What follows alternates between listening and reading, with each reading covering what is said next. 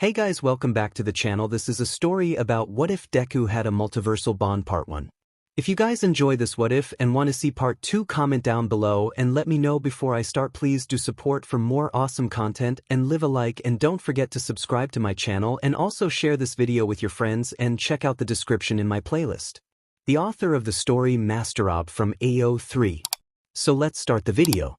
That's the idea. Chapter text. The world changed when superpowers suddenly became a natural thing in the eyes of the public. Soon quirks began to dominate the world, which led to trouble when many used their powers for selfish reasons. Thankfully, that was balanced out when many sought to use their powers to protect rather than hurt.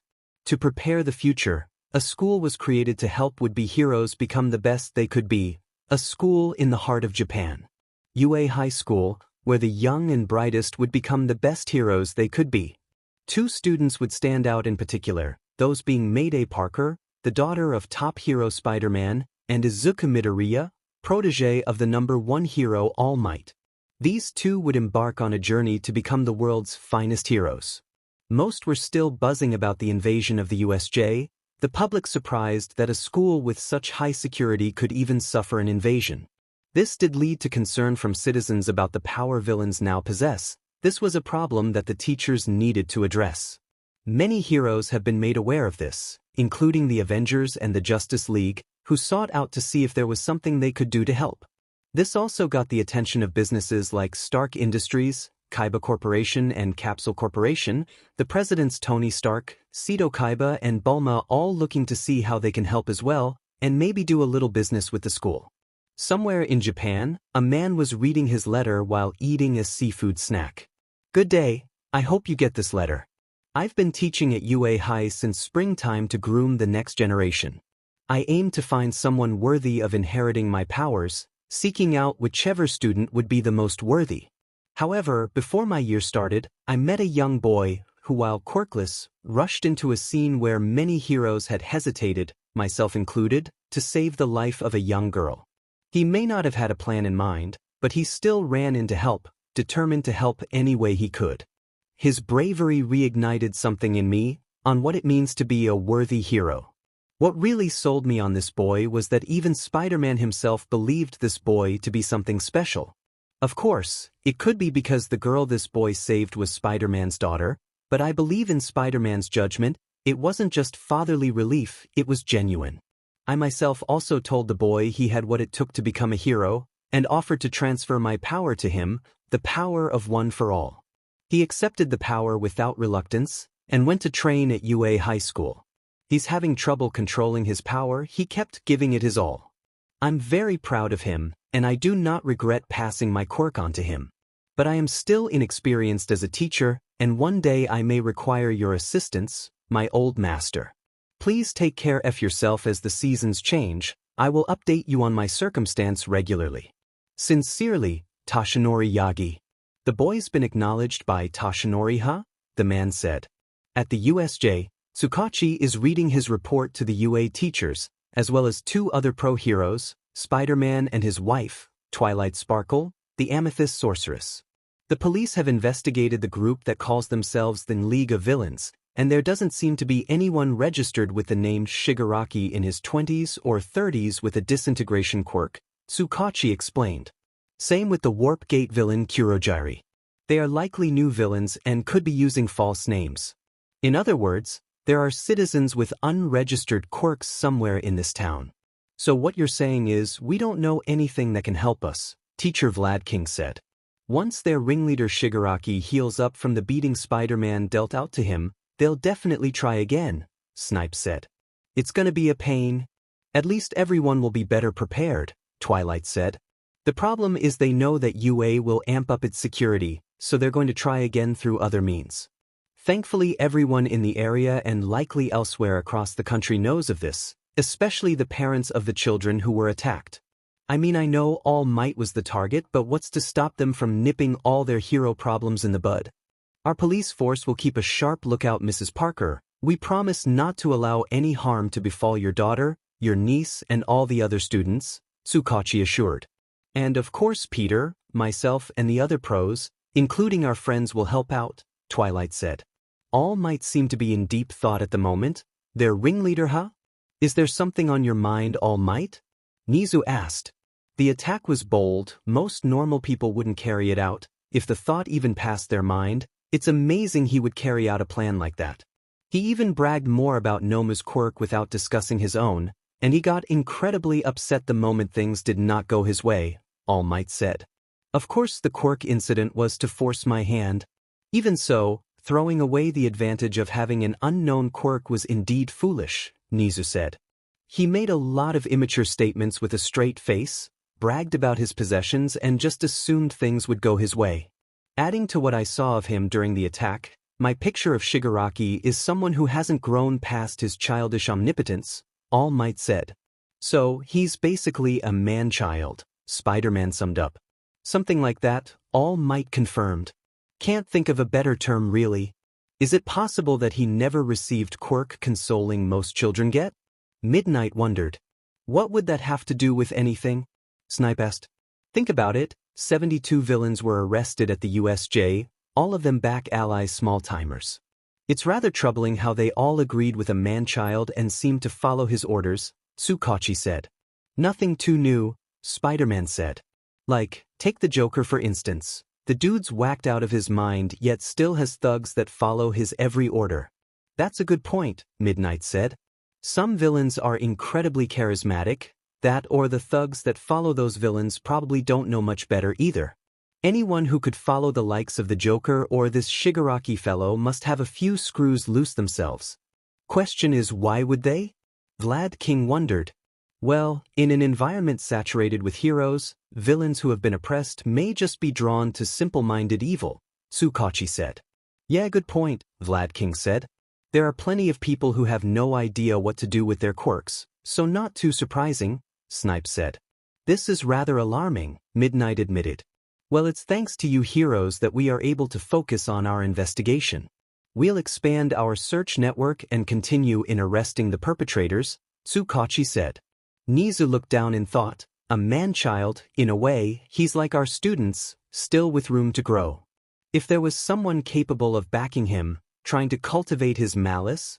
Wait, you mean like a brotherhood-type situation? Spider-Man asked. What if Magneto is behind this? I don't think so, Twilight said.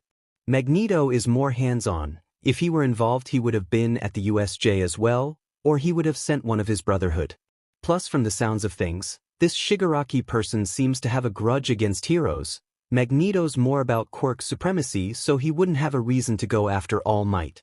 Nowadays he isn't even that active due to the ratio of quirk users far surpassing non-quirk users.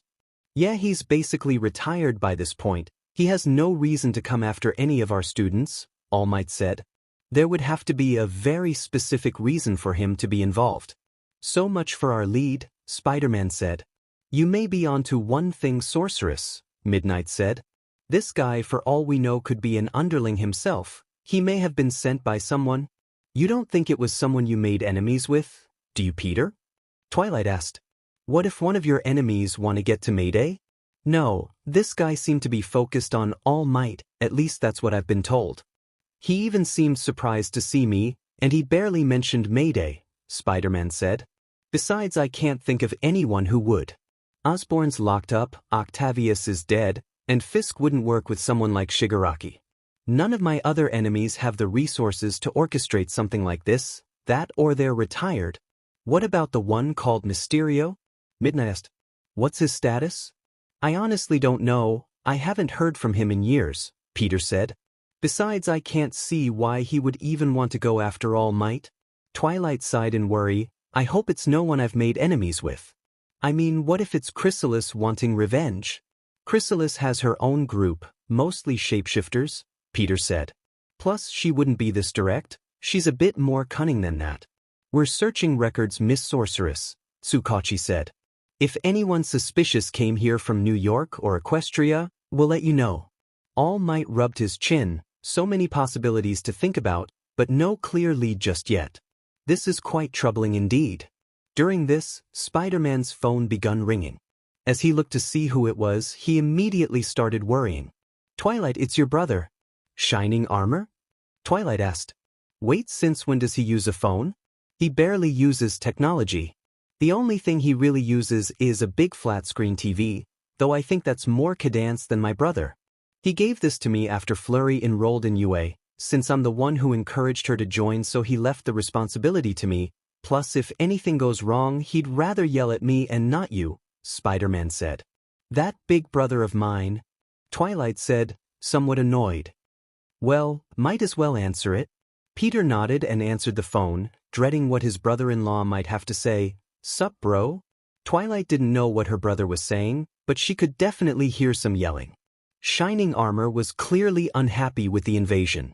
UA was temporarily closed after the USJ invasion, and while time off school would seem ideal to most, for these students it was hard to relax. At Izuku's home, he was once again watching footage of All Might's first major rescue. Man, it's hard being the hero I want to be. Those villains at the USJ just toyed with us, Izuku said. We were just a burden for Mr. Aizawa, Deadpool, and 13.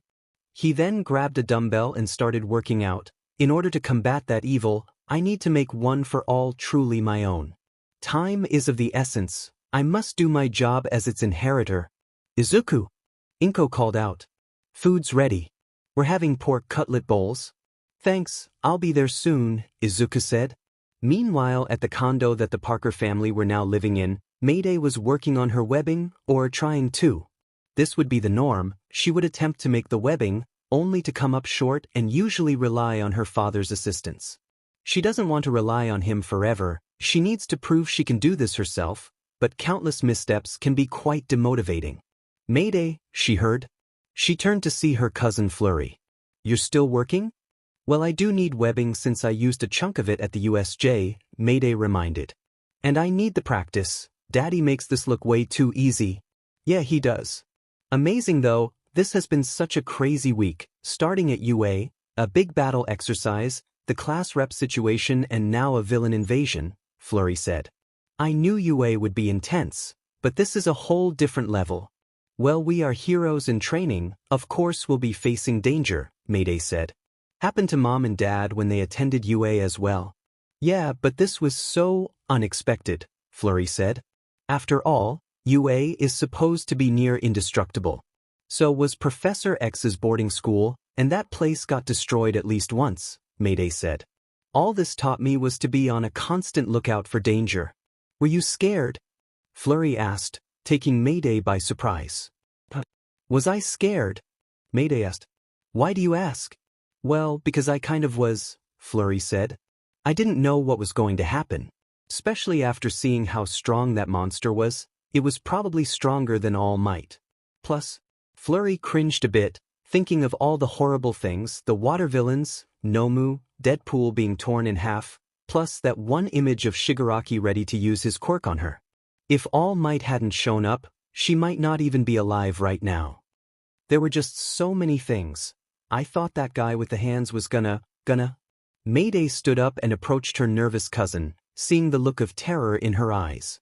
Doing the only thing she could do, Mayday pulled her cousin into a comforting hug, knowing how frightened she must be. Don't worry, I'm here, cuz. I'll admit, I was somewhat afraid.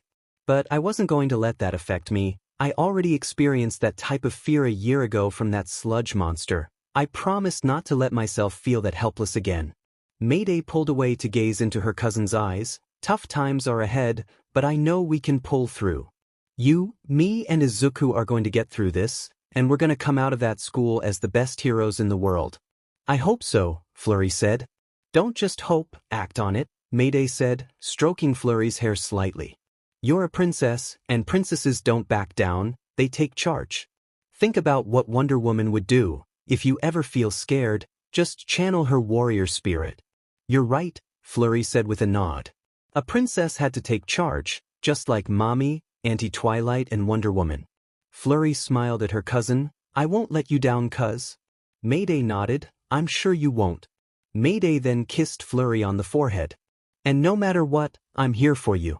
You're not just my cousin Fleury, you're my best friend, and I love you very much. I'll always be there for you. I love you too, Mayday, and I'll be there for you as well, Fleury said, wiping a tear from her eyes. I know you will, like Mom says, Friendship is magic, Mayday said. Yeah, it is, Flurry said. Also, please don't tell my parents about this. When they heard about the USJ, they almost wanted to take my back home. Thankfully, Uncle Peter convinced them that UA will do a better job at keeping us safe. I'm almost surprised. Mom and Dad looked so concerned when I met with them after the invasion, Mayday said. I thought one of them was gonna pull me out. Maybe your parents have better faith in you. I know Daddy wasn't happy when I told him I wanted to attend UA and become a pro hero. He even blamed Uncle Peter when he found out, Flurry said. Your parents are just worried. All you have to do is show that you're strong enough to handle whatever adversity the world throws at you, Mayday said. It's fine that you were scared at the USJ. I'm sure everyone else was as well, even Izuku.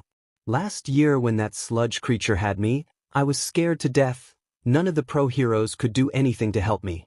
Then Izuku came. He looked just as scared, but he still did his best to help me, a girl he didn't even know. That moment put some things into perspective for me. It's alright to be scared, because even that won't always stop you from trying.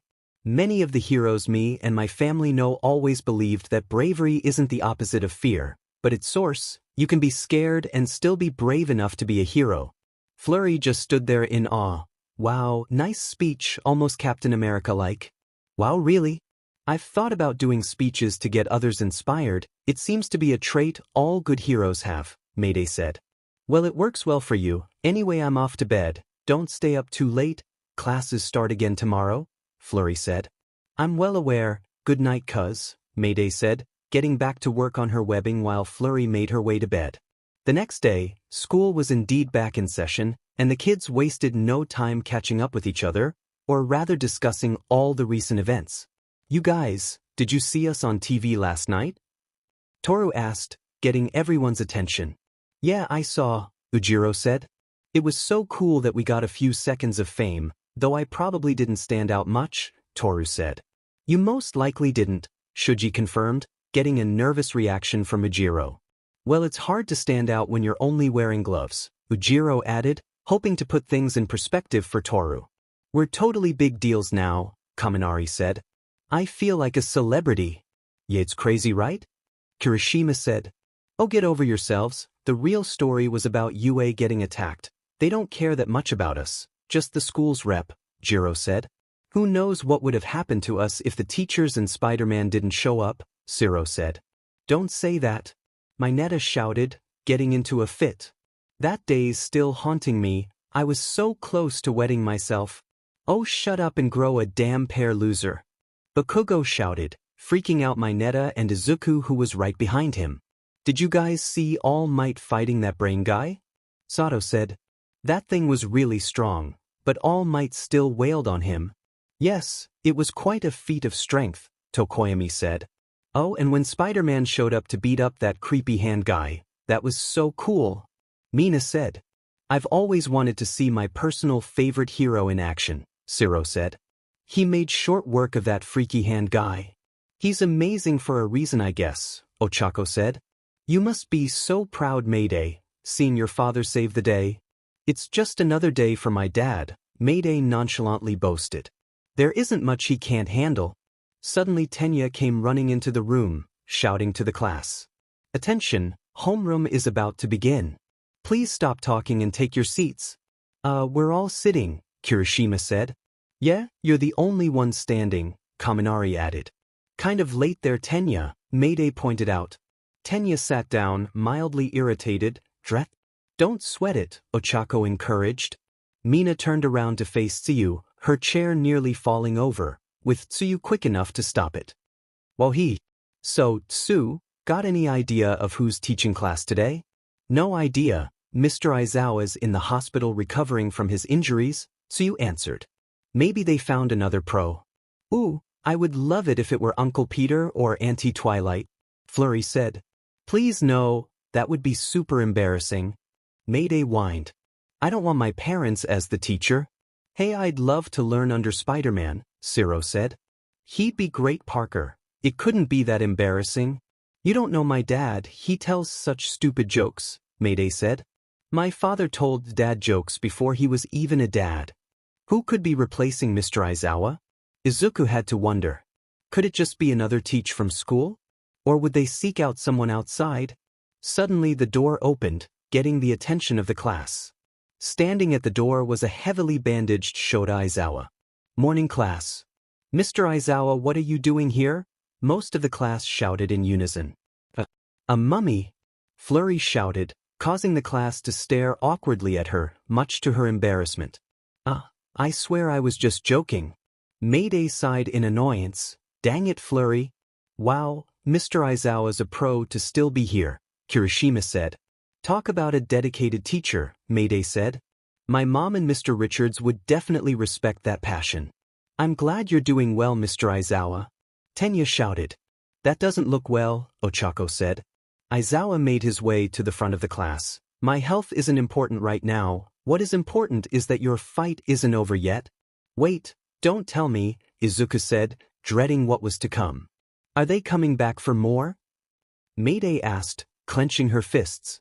Oh no, Mineta shouted. Please, no more. Aizawa glared right through his bandages. The UA Sports Festival is about to start. Don't scare us like that.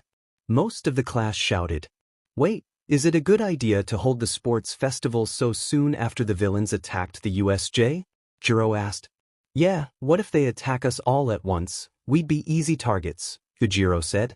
Administration believes this is the best way to show that the threat had been dealt with and that our school remains indestructible, plus they're increasing security this time around, Aizawa explained. This event is a huge opportunity for UA. We can't cancel it because of a few villains. Excuse me, but why does it matter? It's just a sports festival, Mineta said. Izuku turned around to face his classmate. Mineta, don't you know how important this sports competition is? Of course, but I also don't want my life snatched away from me, Mineta explained. The sports festival is the most watched event in the world. It's been that way since quirks became thing, Aizawa said. This festival is the epitome of competition. Most other sports from baseball to hockey or even soccer have no bearing on this. It's even surpassed the Equestria Games and the World Martial Arts Tournament that happens every few years. My family's kingdom hosted the Equestria Games once, Flurry said, where my uncle Spike performed one of the most heroic acts in my kingdom's history. Thanks for the trivia lesson, Flurry Heart, but I'm not done talking, Aizawa scolded, causing Flurry to slouch. Like I was saying, the sports festival is a monumental occasion that very few try to rival. Only one man has tried, and while he didn't fail horribly, he was still no match for the prestige of this competition. Oh yeah, didn't some guy try hosting a trading card tournament or something?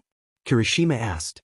Yeah, Battle City, some dude created a tournament almost 20 years ago to stroke his own ego, Kaminari said. No way he would have surpassed the sports festival though. I heard he did it to get back at one person, Siro said. And to outdo the Duelist Kingdom tournament that happened like a few weeks prior. The sports festival is a huge event, all of the top heroes of the wood will be watching, Momo said. This is where you get scouted. If you live long enough, Mineta said. She's right, after graduating most people go to pro agencies to become sidekicks, Kaminari said. Too bad that's as far as most people go, Jiro said. They end up as eternal sidekicks, similar to the Winter Solitaire. Jiro turned to Kaminari. I wouldn't be surprised if that happened to you. Wow, rude much? Kaminari said, looking quite offended. To be fair, Bucky is best friends with the pro he serves under. If anything, it's more of a partnership, Mayday said. Hey, when your dad graduated, did he become a sidekick? Kirishima asked. Sort of, he was considered more of an intern to Iron Man rather than a sidekick, Mayday said. Later on, Stark Industries helped fund my dad's hero agency. Though it's shared with my mom like a lot of my parents' friends. Did your dad have any sidekicks? Kaminari asked. A few. His most notable one was a boy named Miles Morales. He even dressed like my dad and even used the Spider-Man name for a bit when my dad took a vacation, Mayday said. Nowadays he's patrolling New York City as Kid Arachnid. Since when does Uncle Peter take vacations? Flurry asked. Since everyone made him because they were worried about his mental health, Mayday answered. Your dad had a group called the Web Warriors, right? Siro said. What's the story with that? I've always been interested. Before Mayday could explain, Aizawa cleared his throat to get their attention. We're getting off track, But you're all correct about the sidekicks. Joining a good hero agency can garner a good height of popularity. That's why the festival matters. If you ever want to go pro, this is the event that can open that door. 1 chance a year, 3 chances in a lifetime. No aspiring hero should miss this festival. So you better not slack off on your training. Yes, sir, the class responded. Class is dismissed, Aizawa said. Later on, the students gathered around to express their interest for the sports festival, Kirishima leading the hype. Man, I get pumped up a lot, but when it comes to these games, it's like things get amped up by the tens. Kirishima shouted. We put on a good show and we'll practically be pros, 𝗧𝗪𝗧 said. This sports festival is the main reason I'm here, Sato said, pumping his fists. With so few chances, we need to make the most of our opportunities, Tokoyami said. Oh man Ujiro, I'm getting so pumped about the festival. Toru said. We need to find a way to get noticed. Like a cheer. Or maybe a shinier costume? Ujiro suggested. What am I to do? Yuga said, doing a flashy pose. I always stand out while hardly putting in effort. The scouts won't be able to take their eyes off me. He turned his attention to a nervous Koji. Wouldn't you agree? Koji nervously nodded in agreement. I'm so jealous of you, Shuji. Most pros are definitely going to notice your quirk, Kaminari said. Sure, but what matters is showing them how useful I could be, Shuji insisted. No doubt you'll make a scene too, Jiro joked, remembering his fried brain state. This is so nuts, everyone's getting so excited, Izuku remarked. Well, of course, Tenya said. Our goal when coming to this school is to become pros, so naturally everyone's feeling motivated. Tenya exemplified his point by doing an odd form of dance, which did not go unnoticed by Mina, Flurry, and Tsuyu. Wow, Ida, those are interesting moves, Tsuyu commented. Tenya turned his attention back to Izuku. You two are excited, aren't you, Midoriya? Of course I am, Izuku insisted. I'm also nervous though. You'll be fine, Mayday said. Just try not to destroy your body. I don't think the crowd will take kindly to seeing you all mangled up by your own quirk, especially the pros. Izuku started to feel a dread of worry. Oh, right. Izuku stared at his hand, thinking about the power that would surge through his punches. Hopefully I can manage without overdoing it on my quirk. Deku, Ida, Mayday, they all heard. The three turned to see a fired-up Ochako. Let's do our best at the festival. Uraraka? What happened to your face? Izuku asked. Yeah, what's up? You're normally the most laid-back girl ever, Mina said. Mineta was about to say something but was suddenly tongue-slapped by Tsuyu, the frog girl, knowing he would make a perverted comment. Ochako raised her fist into the air. Everyone! I'm gonna do my best. That got some light-hearted cheers from Izuku, Mayday, and Tsuyu, though Tenya, Flurry, and Mina had a little more oomph in their voice. She then turned to 𝗧𝗪𝗧, Sato, Tokoyami, and Kirishima with the same determination. I said I'm gonna do my best. Are you alright? Kirishima asked. You look like you're going nuts. Ochako, is your monthly friend back or something? Mayday asked. This garnered a blush from everyone nearby, aside from Ochako, who was still pumped up and shouting she would do her best. Mayday, Flurry shouted. What? I'm a girl, so I can ask, Mayday responded. That logic is so lousy. Flurry shouted. This does remind me, Izuku said, getting the girl's attention. There's something I've been meaning to ask her. If she regularly takes medication and forgot her dose today? Mayday asked. She's acting nuttier than Deadpool. Mayday. Flurry lightly scolded as Izuku sighed at his friend's weird comments. He had to admit, her sense of humor was as bad as she made her dad's out to be. Later after class, Izuku, Tenya, Flurry, Ochako, and Mayday were chatting in the hallway, where Izuku brought up his question. Say, Uraraka? If you don't mind me asking, what made you want to enroll in UA? Izuku asked. Why did you want to become a pro hero? Oh right, we never got her backstory, Mayday said. Backstory? Tenya asked, getting everyone else's attention. Well yeah, all of us have a backstory, like in books, comics, shows and so on, Mayday said. Izuku wants to be like All Might, you, me and Flurry wanted to honor our families, so why does Dash? Hey wait, Flurry said. This isn't all about me honoring my family. Uncle Peter made this look cool, so I figured I could join UA for fun. Mayday just stared blankly at her cousin. Excuse me? What kind of half-assed reasoning is that? We'll get to that later, 𝗫𝗫𝗄 said. I'm sure Midoriya would like an answer to his question, if 𝗬𝗏𝗃𝗃 is fine with that. It's fine, but you probably won't like the reason, Ochako said, twiddling her fingers. Hey, it can't be worse than Flurry's reason, Mayday said. What's wrong with being a hero for fun? Flurry asked. Not like I'm the only one who's said that. It's not like any of your reasons. I'm not trying to be like someone or do some family honor thing. It's not even about the fun, it's about the paycheck, Ochako said. Wait, what? Izuku asked. You mean you want to be a hero so you can get rich? Well, to put it that way, yes, Ochako said. Mayday once again stared hard, but this time with a glimmer of disappointment. I thought you were noble, to be a hero just to make some quick cash? You better have some heavy bills to pay. Easy, Mayday, she's not the only one. Remember the Defenders? The same group that's also called the Heroes for Hire? Flurry reminded.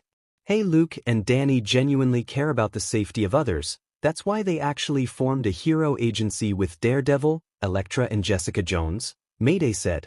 Or, I think it's a hero agency. That or Matt Murdock is just really good at lawyering for these guys, but still. The Defenders were originally vigilantes? 𝗫𝗫𝗄 asked.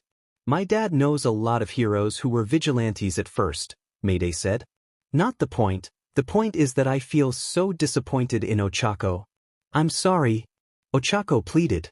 I know it sounds shallow and greedy, and it's not the best motivation, especially compared to all of you. I'm sorry if this hurts my image.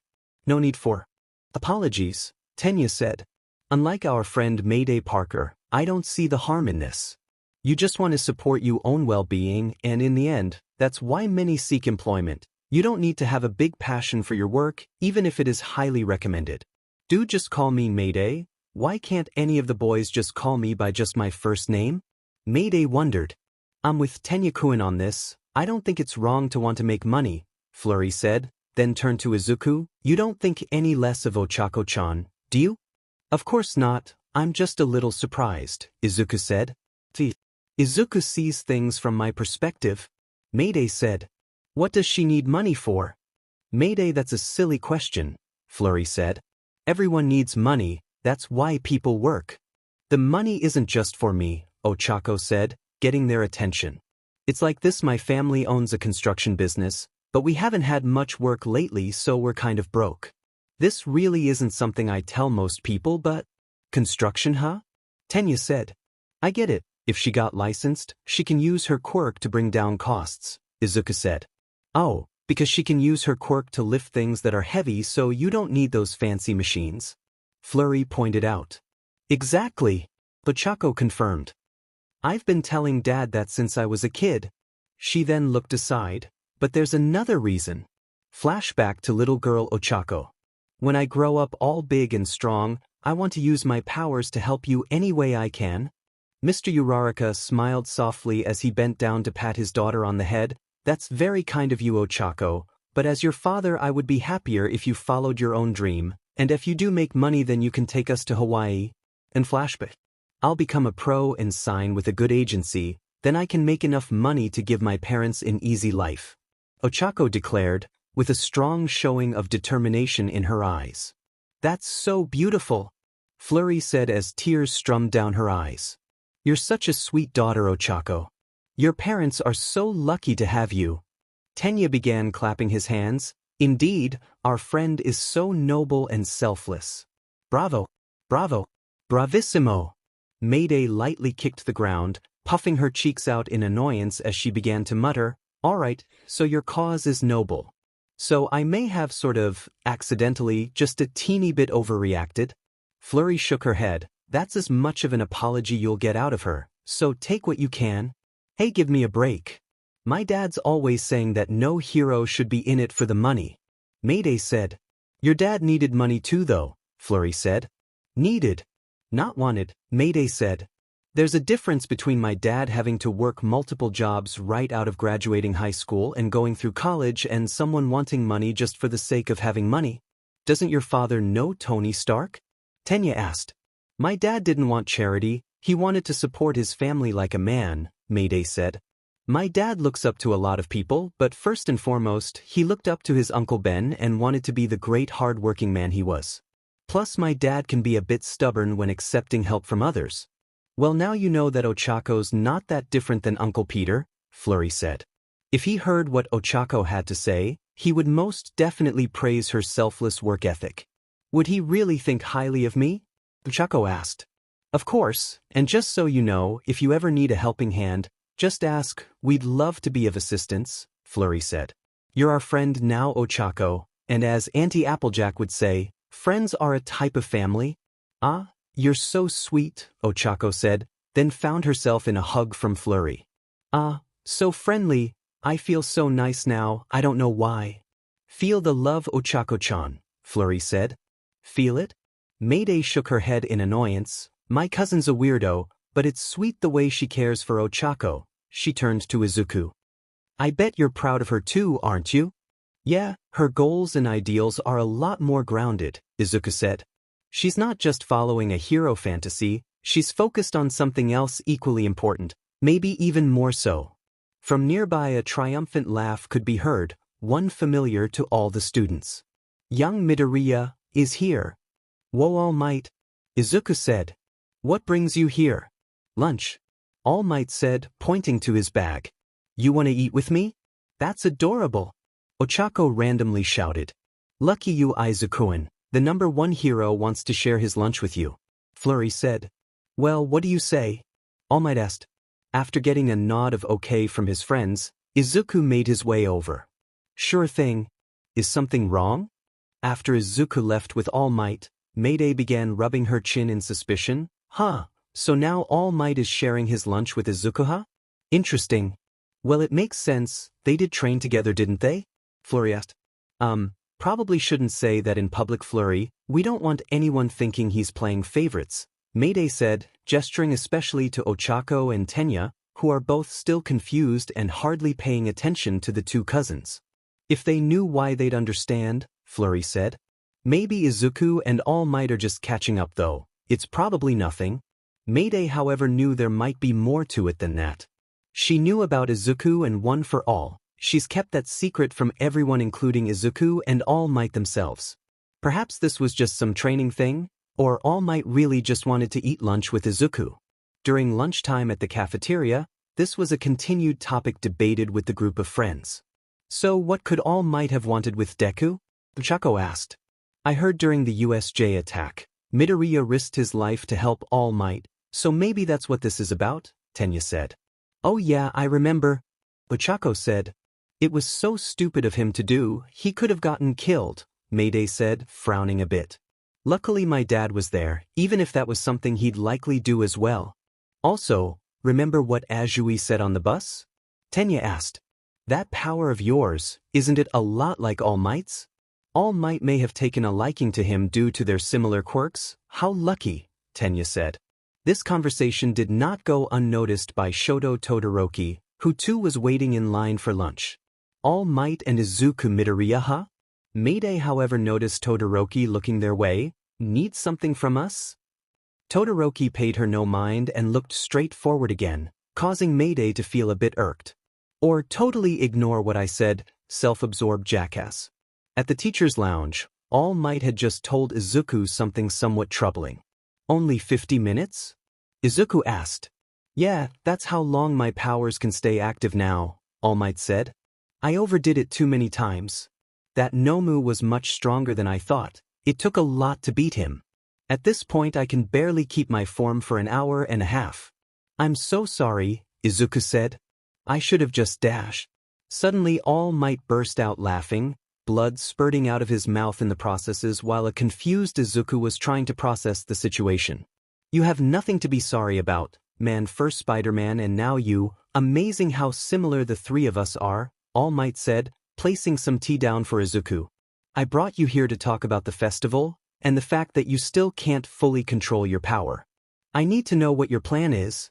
Well, I did control it once, when I punched that brain villain, Izuku said. Yeah. You did mention that, All Might said. What was different about that smash? Maybe it was because we were facing real villains and I didn't have time to think, Izuku said. I knew this was just more training too.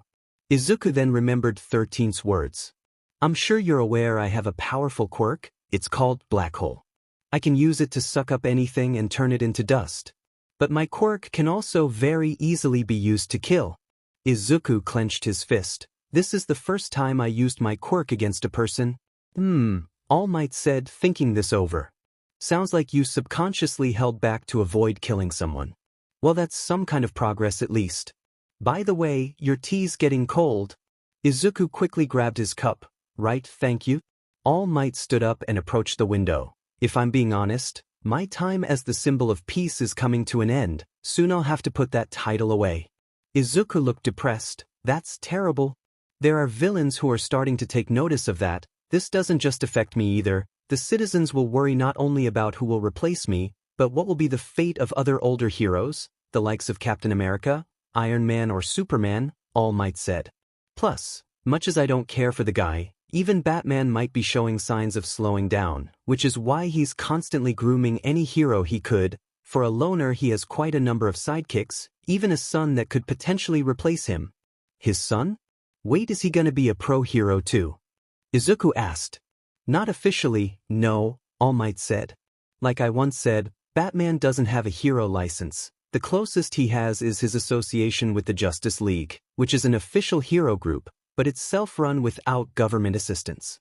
It gave a chance for other heroes to break in. That's why Nightwing, the original Robin, was able to start his own agency, and how he was able to form the Teen Titans. The Teen Titans, Peter mentioned knowing them as well. He talked like if they were good friends, Izuku said. Peter does have some personal experiences with them, but that's besides the point, All Might said. Someone needs to step up, to show there will always be that next generation of great heroes. Now, I gave you my power for one reason, because you will be the hero who'll take my place. All Might faced Izuku intently. Do you still have the same goal you had when we first met? Do you still want to be a hero? Yes, I do, Izuku said. Then it's time for you to prove it, All Might said. This sports festival, it's something not only the pros, but the entire country will be watching closely. I want you to think of this sports festival as your debut. You are the symbol of peace in training.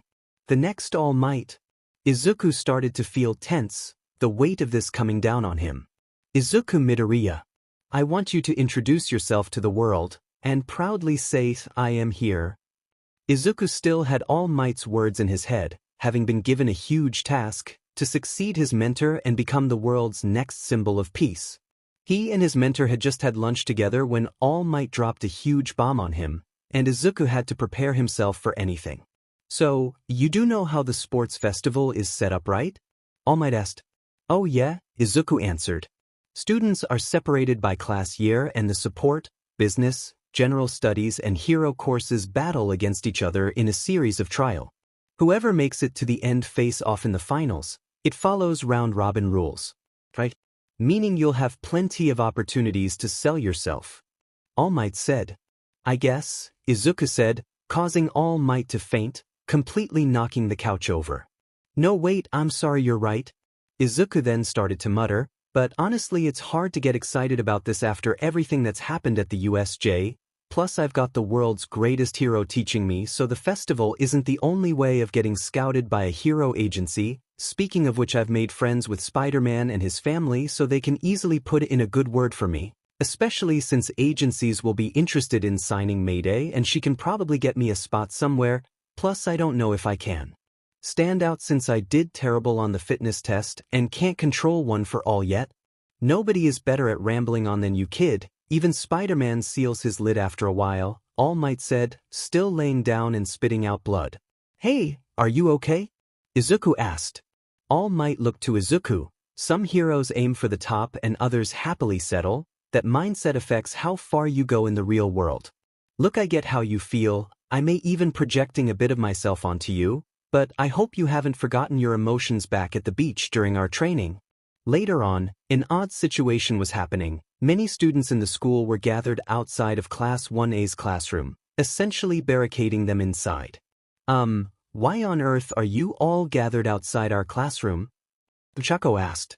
Do you have any business with our class? Tenya asked. Are you all here to be my friend? Flurry asked, getting a look of concern from Mayday, as well as Mina and Tsiyu. What's wrong with her? Mina thought.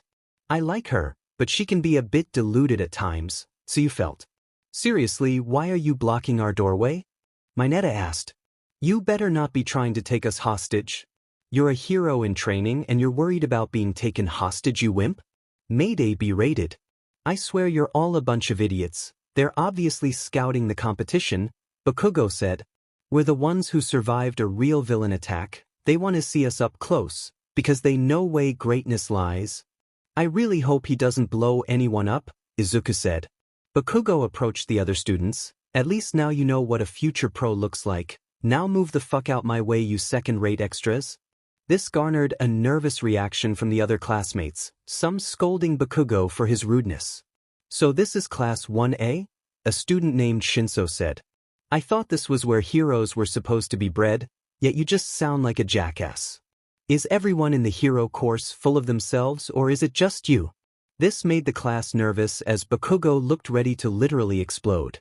It's a shame that I came here to find a bunch of egomaniacs. I hope to meet students worthy of this course. After all, I too wish to be in one of the hero classes, but like many others I had to choose a different track, such as life. Guess he failed the entrance exam or something, Mayday said. Not everyone has a quirk that's best suited to being a hero. I didn't cut it the first time around, but this sports festival might be my second chance, Shinso said. If any of us do well in the sports festival, they could transfer us into the hero course, but they'll have to transfer people out to make room. The hero course is already overcrowded as it is. Exceptions were made this time around due to popular heroes breeding and the school wanting them without them looking biased and still trying to give chances to other so-called would-be heroes. Maybe some of my peers are scouting you. I'm just here to warn you that if you don't bring your A game, I'll steal a spot from under you. Consider this your only warning. Bakugo just stared him down, but the others were freaked out. Where did he even come from? Hey! Another student named 𝗧𝗪𝗧𝗧 shouted. I came from Class 1B right next to you. You fought villains, so I came to see if you were really that tough, but you look like a bunch of brats who think they're better than us. Crap, everyone hates our class now. Many students thought. Of course they think they're better, just because they know Spider-Man's daughter and their class has a princess. A girl said, making her way to the front. Mayday and Flurry immediately recognized this girl. Not sure why. I mean, Spider-Man's great and I really like the guy, but it's not like Class 1B doesn't have the children of heroes. I guess my dad just never reached that popularity despite everything he's done himself.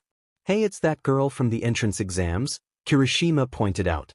Been wondering about her since, looks like she made it after all. Yeah, but who is she? She said something about her dad, Kaminari said. Oh my gosh. Rina, Flurry said, getting the girl's attention. It's so nice to see you. Sup, Flurry, Rina casually greeted. Wait, you know this girl? Kaminari asked. Duh, that's Rina Howlett, Wolverine's daughter. Flurry said. Kirishima's eyes widened. Wait? You're Wolverine's daughter. No wonder your quirk's so similar. Yeah, no shit, genius, Rina said, extending her psychic claws.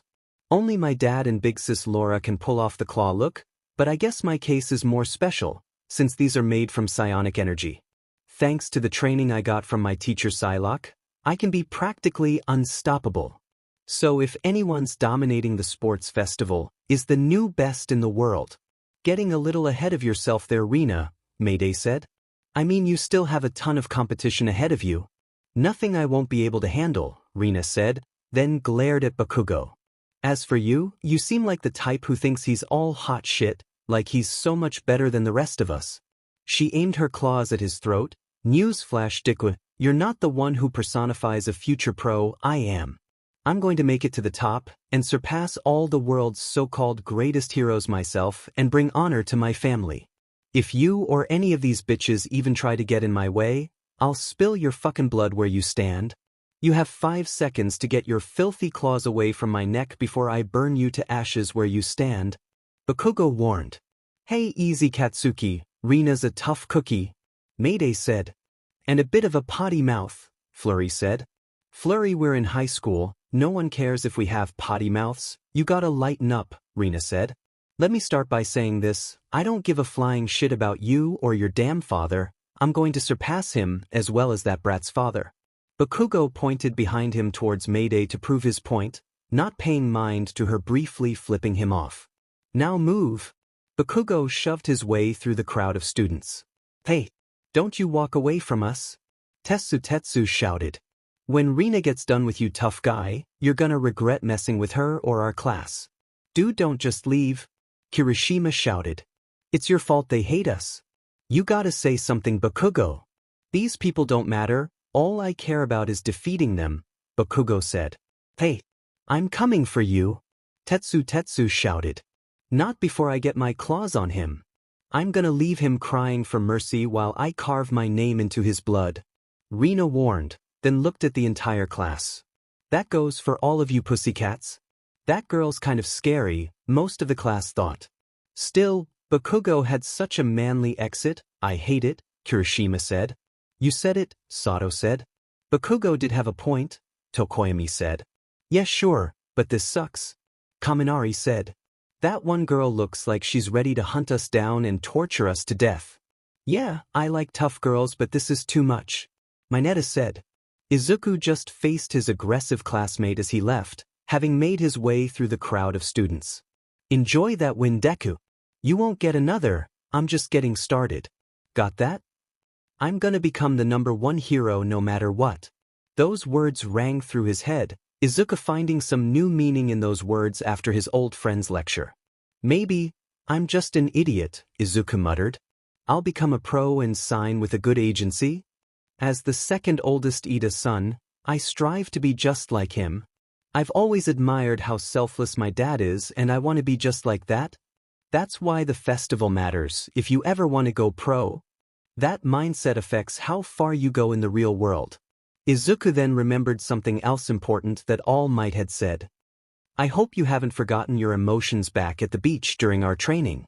Days passed, the students spent their spare time training for the festival, with Tenya working on his speed, Tsuyu practicing her swimming techniques, Ochako practicing her zero gravity while also helping Mina and Yugo with target practice, Kirishima testing his durability, Momo studying up on various things, Siro practicing his swinging, Bakugo enhancing his explosive abilities, Jiro strengthening her earphone jacks, Kaminari testing the limits of his electricity, Shuji doing bench presses, Toru attempting pull-ups, Ujiro practicing his fighting and tail usage, Koda communicating with some animals, Sato testing his sugar power-ups, Mayday practicing her agility, Flurry concentrating her magical energy and Todoroki doing melee training. Soon it was the morning of the festival. All the students were all on their way to the festival at the school. As it is every year, the place was packed, tourists from all over coming by to see the sports festival, many interested in seeing the third years due to their experience, others hoping to see the first years after their encounter with villains, especially Class 1A, and due to some being children of heroes as well. Even the media who attempted to enter the school days prior were waiting at the festival, hoping to catch Class 1A on camera given their recent fame. In light of everything, several pro heroes were hired and assigned as security guards to make sure no more villain attacks happened, including some very newer and popular ones. I'll take one order to go, please, Mount Lady said, ordering at a food stand. Hold the salt. Whoa, Mount Lady. I can't believe it's you. The guy prepared the meal. Here you go, that's 100 yen. Mount Lady looked a bit surprised at the amount, but quickly put her charms to work. Oh dear, I left my money in my other costume. So hot. It's on the house, the man eagerly shouted. Thank you very much. Mount Lady replied. Kamui Woods, who was standing nearby along with 𝗧𝗵𝗲, felt quite ashamed for his fellow pro. Where is your dignity?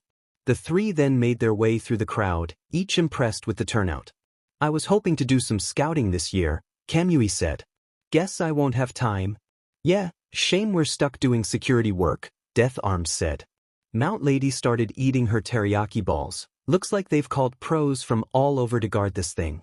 Makes sense, you heard about the villain invasion the other day, didn't you? Kamui asked. Of course, it was all over the media, 𝗵𝗃𝗧𝗏 said. Can't believe those first years got out unharmed, except for that one boy who I heard got his legs busted or something. I heard he recovered though, thanks to Recovery Girl, 𝗧𝗵𝗲 said. He's probably participating in the festival too. Aren't some of these first years related to popular pros? 𝗵𝗃𝗧𝗏 said, still stuffing her face with the snack she got. Spider-Man's daughter? And Endeavor's son?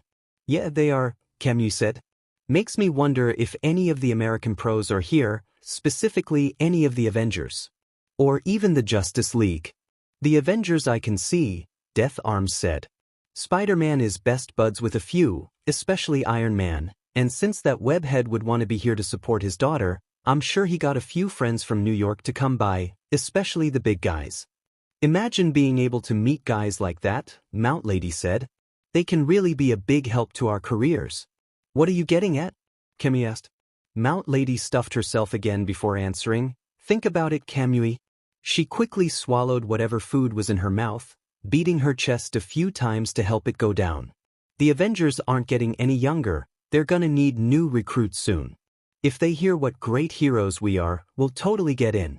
I mean, if Ant-Man retired, that could be my ticket in since we have the same quirk. Expect it works better on me. How? In addition to growing, he can also shrink. That's a bit more useful if you ask me, 𝗵𝗃𝗧𝗏 said. Plus I don't think Ant-Man's going anywhere, he's got some years left in him. Plus doesn't he use a suit or something? 𝗧𝗵𝗲𝗏 asked. Or does the suit just help him grow? With the technology these days, it's hard to tell who even has a quirk sometimes, 𝗵𝗃𝗧𝗏 said. I know people who think Iron Man has a quirk when he's got on record of being quirkless. Unless he's hiding something, I heard he has a reputation of doing that, 𝗧𝗵𝗲𝗏 said. The point is that let's say Ant-Man isn't ready to retire, I can still be his partner at least. Or should I team with Captain America? Or Iron Man? Or Hawkeye? Even Black Widow, 𝗵𝗃𝗧𝗏 said. I'm sure either of them would be happy to put their capes aside for young blood. 𝗵𝗃𝗧𝗏 shook his head. Let's try to keep ourselves grounded. The Avengers haven't shown any sign of slowing down, and even if they were, they still have Spider-Man, his family and his sidekicks. They're all in their prime after all.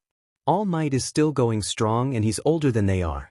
Still fun to consider. If I see any of them around, I won't pass up an opportunity, 𝗵𝗃𝗧𝗏 said.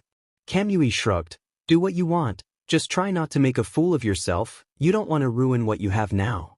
As the three walked, two other heroes landed beside them, one male and one female, with the male greeting them in a deep try-hard hero-like voice.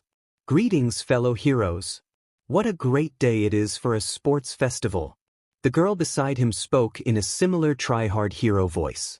You said it, 𝗬𝗵𝗲. The fountain of youth will surely quench the thirst for heroics. 𝗵𝗃𝗧𝗏 face-palmed. Oh no. Hey now, it's great 𝗬𝗵𝗲 1 and 2. 𝗵𝗃𝗧𝗏 said. Your security as well? The great 𝗬𝗵𝗲 did some over-the-top hero poses. Right, you are my fellow hero. In light of the travesty that was the USJ invasion, the great 𝗬𝗵𝗲, was asked along with my faithful partner, the great 𝗬𝗵𝗲 too, to assist in the security, and I would do anything to ensure the growth of my fellow heroes. 𝗬𝗵𝗲 too did a pose of her own. Together we can keep the students safe and continue to breed them to great heroes of the future. They then struck a fancy pose together, for we are the great 𝗬𝗵𝗲. This was getting the attention of nearby tourists, vendors and heroes, all of whom were not sure what to make of this. 𝗬𝗵𝗲 1 and 2 were fairly known, at least to those in West City, but this was still very weird to them. Alright, we get it. Can you drop the act already? It's getting annoying, 𝗵𝗃𝗧𝗏 said. 𝗬𝗵𝗲 removed his helmet, revealing the face of Son Gohan. Sorry, 𝗵𝗃𝗧𝗏, I'm just so excited. 𝗬𝗵𝗲 too removed her helmet, revealing the face of Videl. Yeah, this year's gonna be big. All Might is one of the teachers, and one of the classes already survived a villain attack, unharmed, mostly at least. They must be something special, which doesn't surprise me. Spider-Man's daughter is one of them after all, Gohan said. I heard other heroes like Wolverine, Mr. Fantastic, and Endeavor have kids in UA. I can't wait to see them in action. Videl said. Well, keep in mind being security means keeping an eye out for danger, so don't expect to watch this whole festival, 𝗵𝗃𝗧𝗏 said. It's fine, I'm recording it anyway. With any luck, We can get some great sidekicks from this thing, Gohan said. I'm guessing you three are hoping for that as well, 𝗧𝗲𝗍 said. Sure are, any chance I can get to keep the hero legacy going strong, 𝗵𝗲𝗄𝐵 said. Right, Gohan said, then placed his helmet back on, resuming his hero voice. It's time to guard the premises. 𝗧𝗲𝗍 had done the same. If anyone tries to break in, we'll dish out a nice serving of justice. 𝗵𝗲𝗄𝐵 rolled his eyes at this. Death Arms looked away in shame while Mount Lady stifled a laugh. Well, 𝗬𝗵𝗲 is cute at least, Mount Lady said with a blush. What is it with you crushing on married men?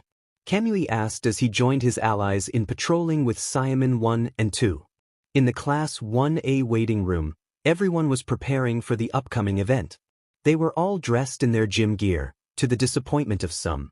Shoot, I was really hoping to wear my costume, Mina said. At least everyone will be wearing this, it'll keep things fair, Ujiro said. Wonder what's in store for us in the first round? Sato wondered. Whatever it is, we must persevere no matter what is thrown at us, Tokoyami said, with Shuji agreeing. Tenya quickly came through the door. Everyone, prepare yourselves, we're entering the arena soon. Mineta and Izuku were taking breaths, hoping to calm themselves before the big event. However, Izuku heard someone trying to get his attention.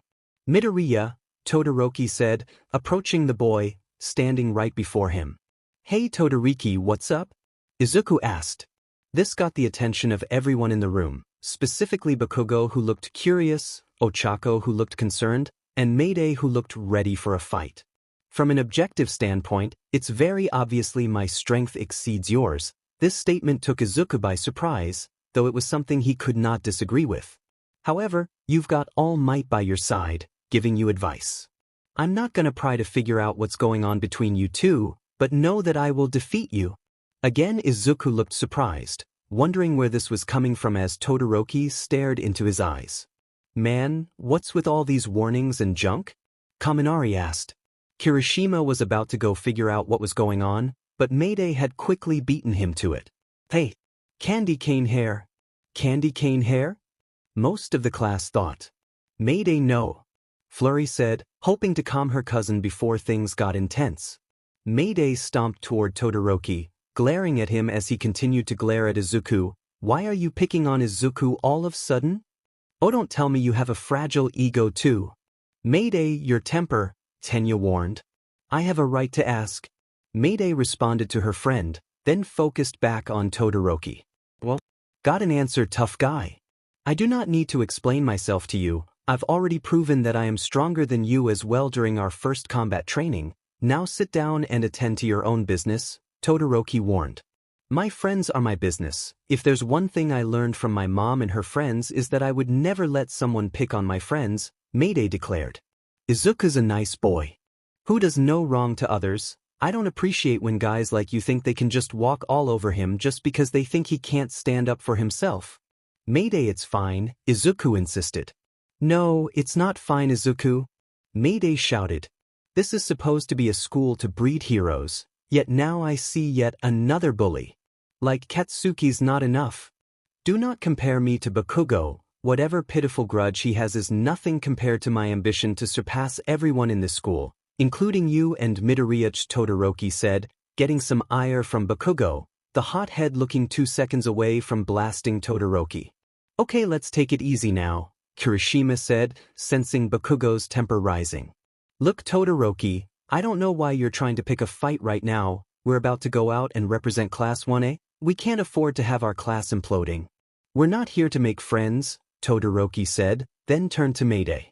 Whatever it is your mother taught you about friendship isn't going to work well in this school or in the hero world. Being the best is not a team effort. Todoroki turned around and made his way out the door, his attitude really ticking off Mayday. But before she could say anything, Izuku spoke up. Hold on, Todoroki, this got the boy's attention.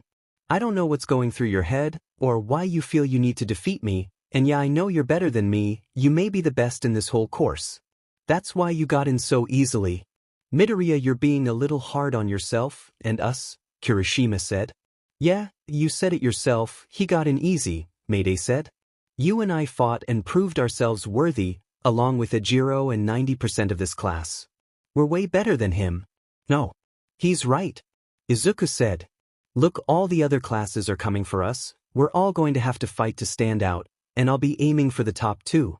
Todoroki glared a bit more at Izuku, Bakugo also glaring now, feeling like his top spot was being challenged. Mayday crossed her arms. Just back up what you say, Mr. Hot and Cold. Your ice won't work on me a second time. You got lucky once already, but now that I know how your quirk works, I'll be able to fight it off no problem.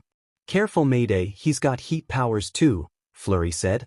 I doubt he's any good with it. I mean, look at the scar on his eye. Todoroki glared at Mayday the moment she said that. It might be the reason he sticks to ice. Probably the only decent thing dash. Suddenly Todoroki grabbed Mayday by the shirt, pulling her close to him, glaring right into her eyes. Hey! Izuku said while going in to break them up, then got shoved back for his efforts, knocking into Kirishima. You need to watch what comes out of your mouth, Todoroki warned, venom seeping in his voice. Otherwise, you can kiss your pro career goodbye. Get the hell off me! Mayday shouted, knocking Todoroki's hand away. The other students minus Bakugo quickly rushed over to keep the two separate, tensions rising between the two. Mayday, Todoroki, please calm yourselves. Tenya ordered. We need to show some cooperation, otherwise the other classes will pick us off. Kirishima explained. Flurry turned to Izuku. Go calm Mayday down, she'll listen to you, I'll handle Shoto. Izuku nodded and stood in front of the students blocking Mayday. Mind if I get through? Huh? Sato asked. You sure about that, Midoriya? Yeah, she looks super mad, kind of scary, Kaminari said. Don't worry, just let me talk to her, Izuku pleaded. The students seemed unsure, but they also knew that Izuku was one of the only students Mayday showed complete admiration to. Trusting his word, they stepped aside as Izuku stood in front of a fuming Mayday. Let me start by saying, I really appreciate you wanting to stand up for me, and I know you just want to be a good friend and stay by my side, even through uneasy times, Izuku said. But I don't want you picking fights with everyone who says harsh words to me. At this point I'm used to it, and I know you're better than that.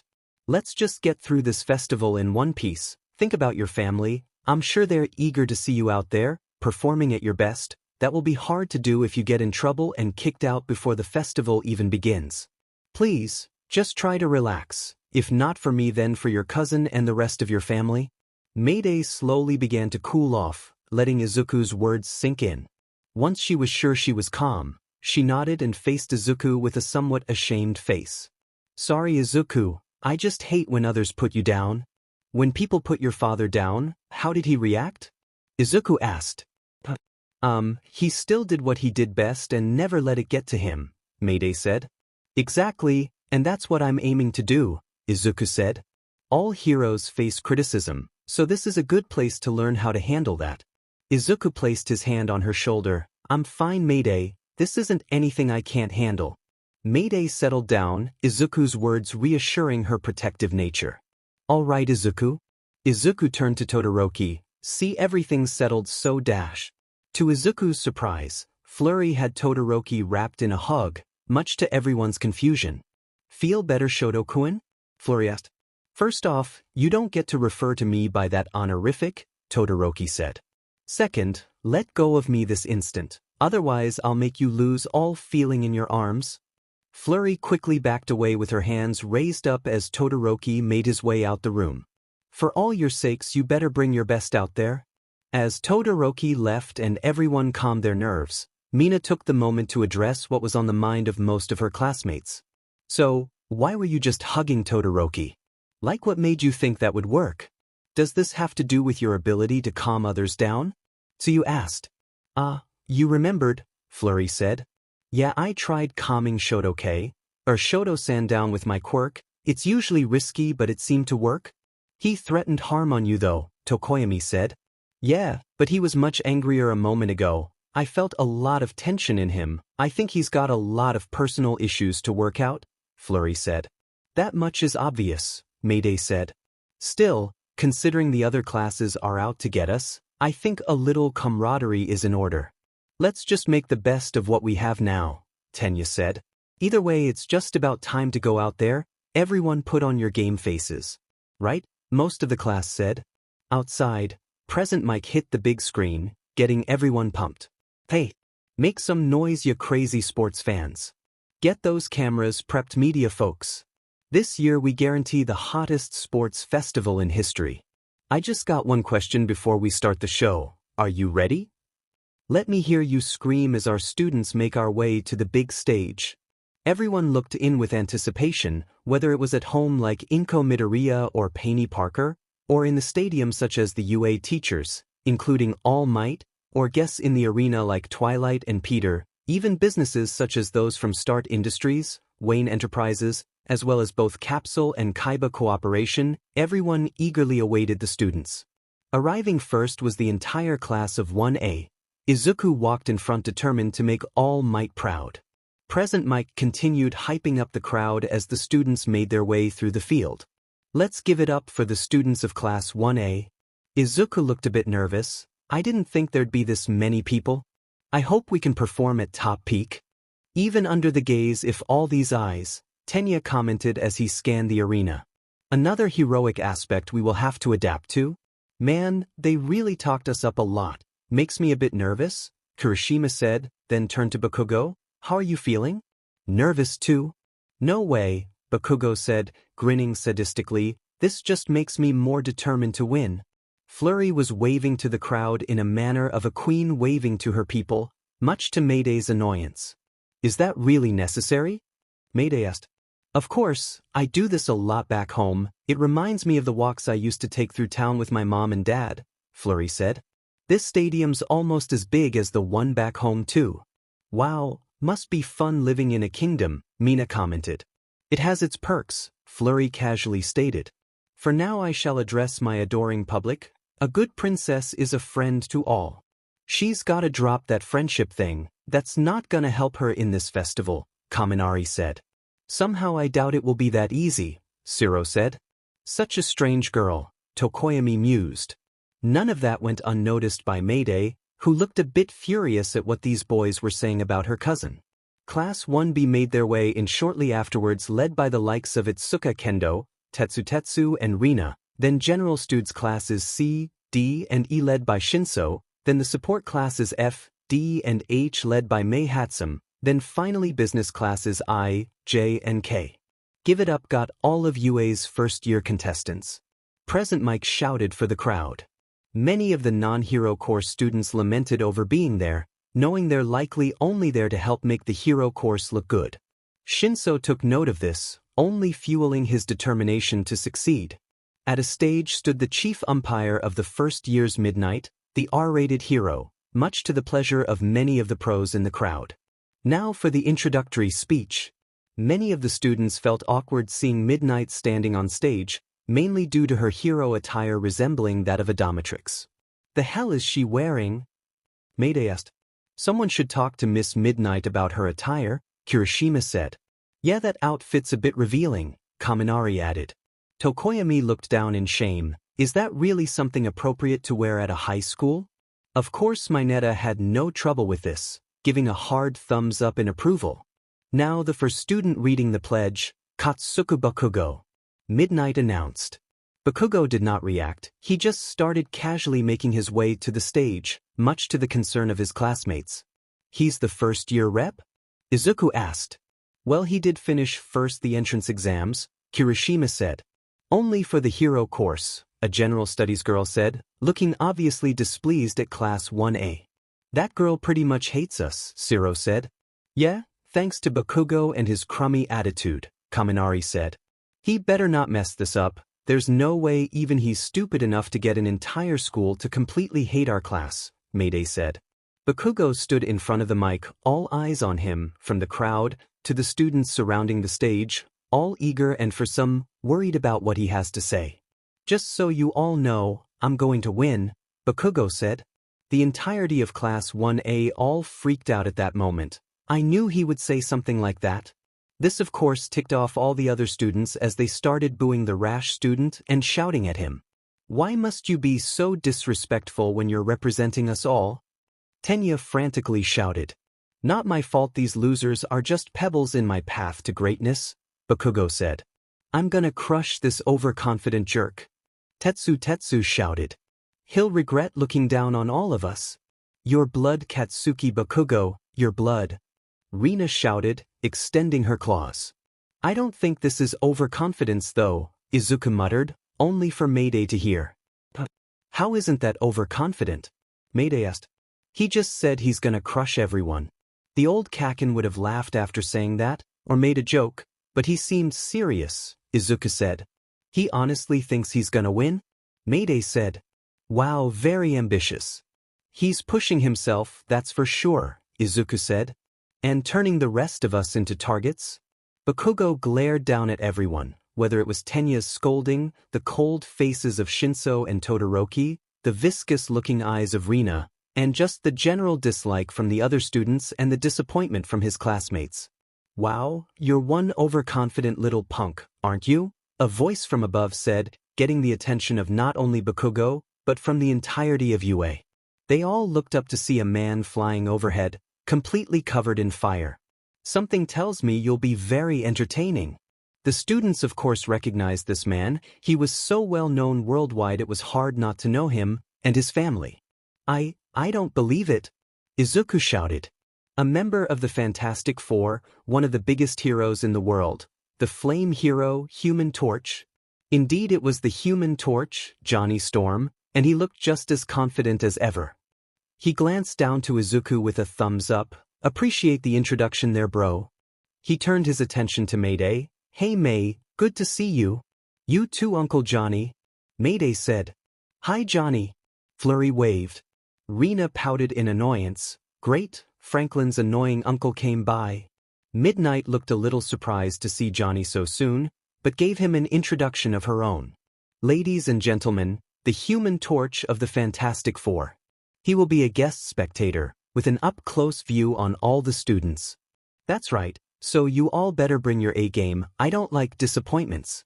Johnny then landed down in front of Bakugo, extinguishing his flames, revealing the hero in all his glory. Sup? Bakugo barely reacted. What do you want? Bakugo, that's a famous pro-hero, don't talk so disrespectfully to him. Tenya shouted. It's fine man, Johnny assured to Tenya, then focused back on Bakugo. So, you're Katsuki Bakugo, I've heard a great deal about you. Like what? How I placed first in the entrance exams. Bakugo asked. Or that I already had my first major villain battle and fought off some henchmen? No, I just heard from Mayday that she met some egotistical tough guy who thinks he's going to surpass the greatest heroes in the world, Johnny said. Bakugo glared slightly at Mayday, who simply shrugged it off, mouthing that Johnny's her family. So after seeing your little pledge, I'm starting to see where my favorite spider-powered niece is coming from, Johnny said. You think you're all that, the new #1 hero. Gotta admit, I kind of respect an attitude like yours. You know what you want, and you're going to do what you can to get it, to have everyone bowing down to you and praising you as the best hero in the world.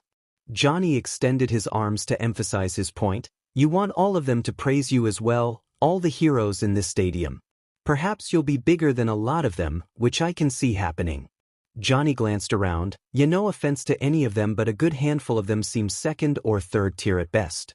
If you want to prove you're the best, you better back up what you just said, otherwise your path to the top will be filled with boulders instead of pebbles. Bakugo barely looked fazed by Johnny's words. He simply just shrugged everything off. Whatever, Torch, now get out of my way. I have a festival to win. Johnny glared a bit, offering a smug grin as he stepped aside, letting Bakugo pass by. Once he was back with the students, Johnny turned his attention to Midnight. Floor's all yours, do what you gotta do, Chief. Johnny started to hover away, but not before turning his attention to his nephew among the students. Sup Franklin, how's it going? Franklin Richards, who stood beside his Class 1B classmates, just lightly waved to his uncle. I'm good, Uncle Johnny. You got this, Franklin. Your parents send their love. Go kick ass. Johnny cheered, Franklin doing a meek thumbs up to his uncle. Johnny hovered aside while Midnight spoke again. Without further ado, it's time for us to get started. This is where you begin feeling the burn. Got that right? Johnny shouted. Midnight then activated a video wheel behind her, showing off the first event, the obstacle race. Tada! So it's an obstacle course, Izuku commented. All 11 classes will compete in this treacherous contest. The track is 4 kilometers circling the outside of the stadium. Midnight explained. She flashed a mischievous smile to the students. I don't want to restrain anyone, not yet at least. So long as you don't leave the course, feel free to do anything your heart desires. Anything? Rina asked, chuckling sinisterly as she scanned around, glancing toward the various Class 1A students. That girl is staring at us and making me uncomfortable, 𝗵𝗃𝗧𝗵𝗲 said. Now then, take your places, contestants. Midnight instructed. All the students made their way to the starting line, eagerly awaiting for the race to begin. Izuku in particular had to make careful strategies. Alright, I have to be careful out here. I'm still unable to fully control one for all, so I have to be careful when I use it. That means I have to go beyond. The countdown ensued at Midnight's command. The race was on, all the students of UA High making their way through the obstacle course. And the race is off to a great start. Present Mike said, then turned to Aizawa. How about some color commentary, mummy hero? How did I get roped into this? Aizawa wondered out loud. What is the most important thing about the beginning of the race? What should fans be tuning into? Present Mike asked. The doorway, Aizawa dryly answered. True to Aizawa's word, all the students were struggling to get through the door, all of them banging against each other and trying to reach the exit first. Izuku struggled to get through, getting a few elbows to his face in the process. I get it, this is part of a test, to see how we can get through a crowd. This is the first obstacle, Todoroki said, then activated his ice quirk to freeze the ground, keeping the other students trapped as he ran out. Apologies. Many of the UA students were struggling to get themselves unstuck from the ice. However, a handful of students were able to avoid it, namely his classmates. Yuga had used his naval laser to fly up, Momo creating a pole to catapult herself up, Bakugo using explosion to propel himself through the air, Mayday using her spider leap and Kirishima using his powers to give himself extra jumping muscle. Nice try, Todoroki, Momo shouted. I told you your ice wouldn't work on me again. Mayday shouted, grinning triumphantly. Bakugo propelled himself towards the dual quirk user. I won't let you get away from me. You icy hot bastard. Ujiro had also avoided the ice using his tail. Mayday's not the only one who won't fall for your tricks twice. Mina had used her acid to skate across the ice, though she did so rather sloppy, while Flurry had landed after using her beam to propel herself up and skated across the ice gracefully. I just love playing in the snow and ice, reminds me of home. Flurry did a little twirl for emphasis as she skated past a struggling Izuku and Mineta. See you at the finish line, Izuku-kun. Yeah, if I can make it, Izuku said, frantically trying to keep himself from falling over. Shinso was being carried by a group of students who seemed to be on a trance, so they are skilled at their quirks it seems. Todoroki looked somewhat concerned. I didn't expect so many people to dodge my ice, especially the students from the other classes. Mineta had started using his pop-off quirk to throw balls onto the ground below, using that to keep from slipping as he inched toward Todoroki. You got rid of me, but I've outsmarted you, Todoroki. He then grabbed some more balls. Take my special attack. 𝗧𝗵𝗃𝗧𝗵𝗲. Suddenly he got whacked out of the way by a giant robot hand, much to the confusion and concern of the students below. Suddenly a group of robots began to surround the students, ones very familiar to most of them. It's those robots from the entrance exams. Izuku said. Mayday skidded to a stop. Not those hunks of junk again. Ooh, enemies have shown up out of nowhere. Present Mike said on the loudspeaker. We're in for a great treat here. Here comes the Robo Inferno. To make matters worse, several of the 0-point robots showed up as well, blocking the path. Holy crap, it's those invincible robots from the entrance exams. 𝗵𝗃𝗧𝗵𝗲 shouted. So many. What are they trying to get us killed? Flurry shouted. So this is what the other students had to encounter during their entrance exams, Todoroki said. Mayday landed nearby him. Yeah. Pretty much. Time to see if you really had what it took to get into UA Fire Ice. Todoroki glared slightly at Mayday before focusing back on the robots, the other students doing so as well. I just want to know where the school got the funding for these things, Momo said. Who cares, Rina said, showing off her claws. I had a lot of fun trashing these things once already. I have no problem doing it again. Overheard Johnny was observing the students, flying high into the air as he looked down on the robots. Man, you hasn't let up one bit since I was a student. He focused down on the students he knew the most. Mayday, Flurry, Rina, Franklin. Try to get out of this in one piece. Todoroki prepared some ice. It's obvious the school went through a lot of trouble. I just wish they prepared something a bit more challenging, especially since my old man is watching.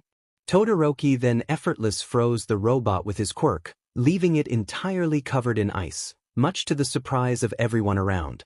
Damn dude, Johnny said, looking at a loss for words. This kid can give Bobby a run for his money. Todoroki turned his attention to Mayday, who herself looked taken back. There, that good enough for you?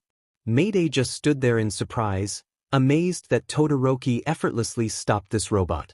The boy didn't bother waiting long for an answer, he just ran on through. To the rest of you, I should warn you, the robot was frozen off balance, on purpose. The robot then fell over as Todoroki took the lead, leaving the other students to deal with the other robots. That's Todoroki from Class 1A, taking the lead with such a devastating display. 𝗵𝗃 said. That boy is worth tuning into. It almost seems unfair, plus? 𝗵𝗃 waited for Aizawa to give his input, which he eventually did with little enthusiasm. It was both offensive and defensive. No wonder he was let in on recommendation. 𝗵𝗃 shouted. He never even fought those robots before, but they were nothing against his chart-topping moves. The other robots started making their way towards the students, Izuku trying to plan his next course of attack. Gotta take down these robots while avoiding the other obstacles. He got into a stance, putting on a brave face, trying to smile through the danger similar to All Might. Think, what should I do? Inko was watching from home and was already freaking out at seeing her son going against those robots. No. You can't take those, Izuku. Run away. Quick. Inko was getting distressed. The idea of her son getting hurt was a lot for the poor woman. Please run. Peter and Twilight looked on from where they were, Peter getting some odd memories. Those robots were a pain in the butt when I first had to deal with them. I just hope the other students get through all right. From the looks of things, that one boy was quite the exception, Twilight said. Yeah, Shoto Todoroki, Peter said. One of the few who, like 𝗵𝗃 just said, got in through recommendation. Easy to see why. If he took the exams, he'd probably leave nothing for the other students. He's got the talent and the heritage, given that his father is a popular pro-hero, Twilight said. Hey, if he's that good with one hero parents, imagine how great Mayday will be considering she has two hero parents, Peter said, almost boastfully. Someone's high on themselves, they heard brash feminine voice say, which they immediately recognized. Well, if it isn't my favorite multicolored tomboy, Peter said, turning to face the girl. Surprised you're not out there with your hot flame of a guy. Standing behind them was the brash Wonderbolt hero, and Johnny Storm's wife, Rainbow Dash. I wanted to check up on you too before I went out there, Rainbow Dash said. When they sent the invite to Johnny, naturally they included me, and I'm gonna do my own thing, might even join in on the commentary with 𝗵𝗃 and Eraser. Rainbow checked the screen that displayed the students. Wow, big robots. UA really knows how to make an interesting race. Well, this festival is a part of their training, Twilight said. And this is just the beginning. Imagine how the rest of this festival will go. Well, I'm sure it's nothing Franklin and Mayday can't handle, I'm sure, Rainbow Dash said. I mean, same with the other students, like that one kid with the ice powers. Dude's gonna be a major hero someday. Class 1A is full of potential. They did survive a villain attack almost unscathed, Peter said. The only injury was from lack of power control. You mean that one boy you mentioned? Rainbow Dash asked. That boy who developed a quirk sometime after trying to save Mayday from that sludge thing? Peter nodded in confirmation, then pointed to the monitor showing Izuku. Yeah, that's him right there on the screen. His name is Izuku Midoriya, one of my personal favorites in this thing. Rainbow Dash rubbed her chin. Izuku Midoriya, huh? I'll be keeping an eye out for him then. The three continued to watch as the 1A students planned their attack. Izuku being at the front, ready for a fight and the chance to further prove himself their own quirky ways. Chapter text. From above the race, Johnny continued to observe the progress of the students below, looking a bit concerned by the chaos unfolding. That Todoroki boy's tactic was clever, but really dangerous and risky, Johnny said. And that's coming from me, least I would not intentionally disregard the safety of others. Race or not, this is still supposed to be a somewhat friendly competition. A hero needs to be mindful of their surroundings. He looked closer, trying to go unnoticed as to not distract the students below while still trying to observe the damage done. Think I saw a couple of guys under the robot, hope they're still alive. As he said that, he and the other students noticed some dents as if someone was trying to break through the robot. Moments later, Kirishima broke through the robot, surprising everyone around him. Kirishima from Class 1A everyone. Present Mike shouted. What a hardcore performance from this rookie. Holy crap, Johnny said. That kid must be tough as bricks to survive that. Looks like his skin's made of rock, reminds me of Ben, except not as ugly looking. Ugh, I can't believe Todoroki would do that. If that had been anyone else they'd be dead. Kirishima said. Ejiro Kirishima, his quirk, hardening. He's able to make himself hard as a rock, forming the ultimate shield or a devastating weapon. Nearby another student was bursting out of the robot, that being Class 1B's 𝗧𝗪𝗧𝗪, completely encased in steel. That Class 1A is full of jerks. Whoa! 𝗧𝗪𝗧𝗪 from Class 1B was also stuck underneath. Present Mike said. Whoa, get a load of this guy, Johnny said. His entire body's covered in steel, kind of looks like Colossus, except with flashier hair. You know, if that had been anyone else, they'd be dead, 𝗧𝗪𝗧𝗪 said. 𝗧𝗪𝗧𝗪𝗧𝗪𝗧𝗪, his quirk, steel. He's able to make his entire body out of steel, forming the ultimate shield or devastating weapon. Our quirks are basically the same, how am I supposed to stand out now? Kirishima whined as he resumed running. You damn copycat! 𝗧𝗪𝗧𝗪 shouted. Johnny laughed out loud from above. Poor guys, it's hard when someone has the same type of quirk as you when you're trying to make a name for yourself. If I wasn't so charismatic, I'd have the exact same problem they would. While many others have a fire-based quirk, my fire is simply fantastic. Man, those guys are lucky, 𝗵𝗃𝗄𝗃 said. With quirks like those they don't have to worry about being crushed. Alright, listen, a nearby student said. We might be racing each other, but it looks like we'll need to put that aside for now. He formed a scaly, claw arm. Let's work together and carve a path. As he said that, Bakugo propelled himself into the air using his explosions. No way am I letting Todoroki get the better of me. Bakugo shot himself higher onto the head of a 0-point robot. Katsuki Bakugo is rocking over the obstacles. Present Mike announced. 𝗧𝗵𝗲. From behind, both 𝗧𝗪 and 𝗧𝗪𝗧𝗏 also made their way to the top of the robot. Wow, I figured you'd just blast these things away. 𝗧𝗪 said. I'm impressed. I'll hitch a ride on my shadow, 𝗧𝗧𝗪𝗧𝗏 said. And to 𝗧𝗪, his quirk, tape. He is able to shoot tape from his elbows to swing or wrap things up, and is able to make traps. 𝗵𝗃𝗃𝗄𝗃 𝗧𝗪𝗧𝗏, his quirk, dark shadow. His shadowy beast can materialize into any creation he wants. The three had made their way over the robot, to the cheers of the crowd, and to Johnny's amazement. So that little tough guy is actually proving himself out there, Johnny said, somewhat admiring Bakugo's cleverness. Dude knew how to get past the robots without losing time, same with those other two guys. Johnny smirked at this outcome. Those kids are pretty damn talented. Looks like we got ourselves a golden class. The UA teachers all took note of this as well, each one impressed with the students, particularly All Might. While he had been focusing mostly on Izuku, he couldn't deny the talent of the other students. Looks like the ones leading this shindig is from Class 1A, for the time being at least, 𝗧𝗏𝗏 pointed out. Well, it's not that Class 1B or the other students are doing poorly, All Might said. There's much more to it than that. Class 1A's learned not to hesitate. Aizawa said as many of the students destroyed any robots they passed by. They've faced the real world of villains already. They have already experienced fear, yet they fight to overcome it. They've all grown, and they know they have to act quickly to stay alive. Izuku continued running through the track. I can't use 1-4. All yet, it's still too early in the competition.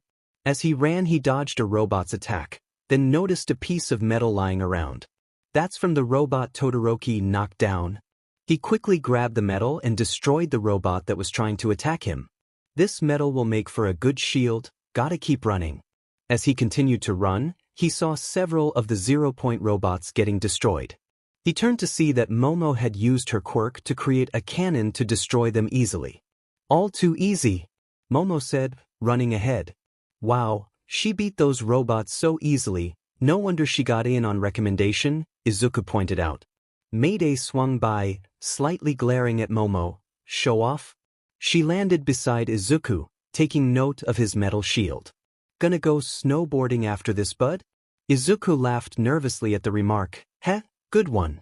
I'm just using this as a shield against the robots. That's actually a good idea. I'm guessing you don't want to use your power yet and obliterate your arms or legs, Mayday said.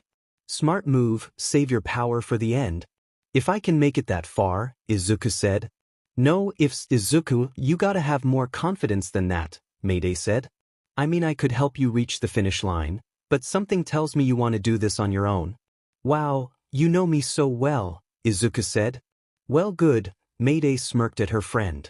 Because honestly, I want to win this thing as well, and I won't let even you beat me. Izuku looked a little surprised at Mayday's sudden shift in attitude. I'll take that challenge. I know you will, see ya at the finish line. Mayday sped up with Izuku moving quickly to catch up, hoping to make it through the race. Even Mayday's stepping up her game. Gotta move fast, Izuku said, putting in the extra effort. I've already asked a lot from you, young Midoriya, All Might mentally stated as he saw Izuku running for the goal.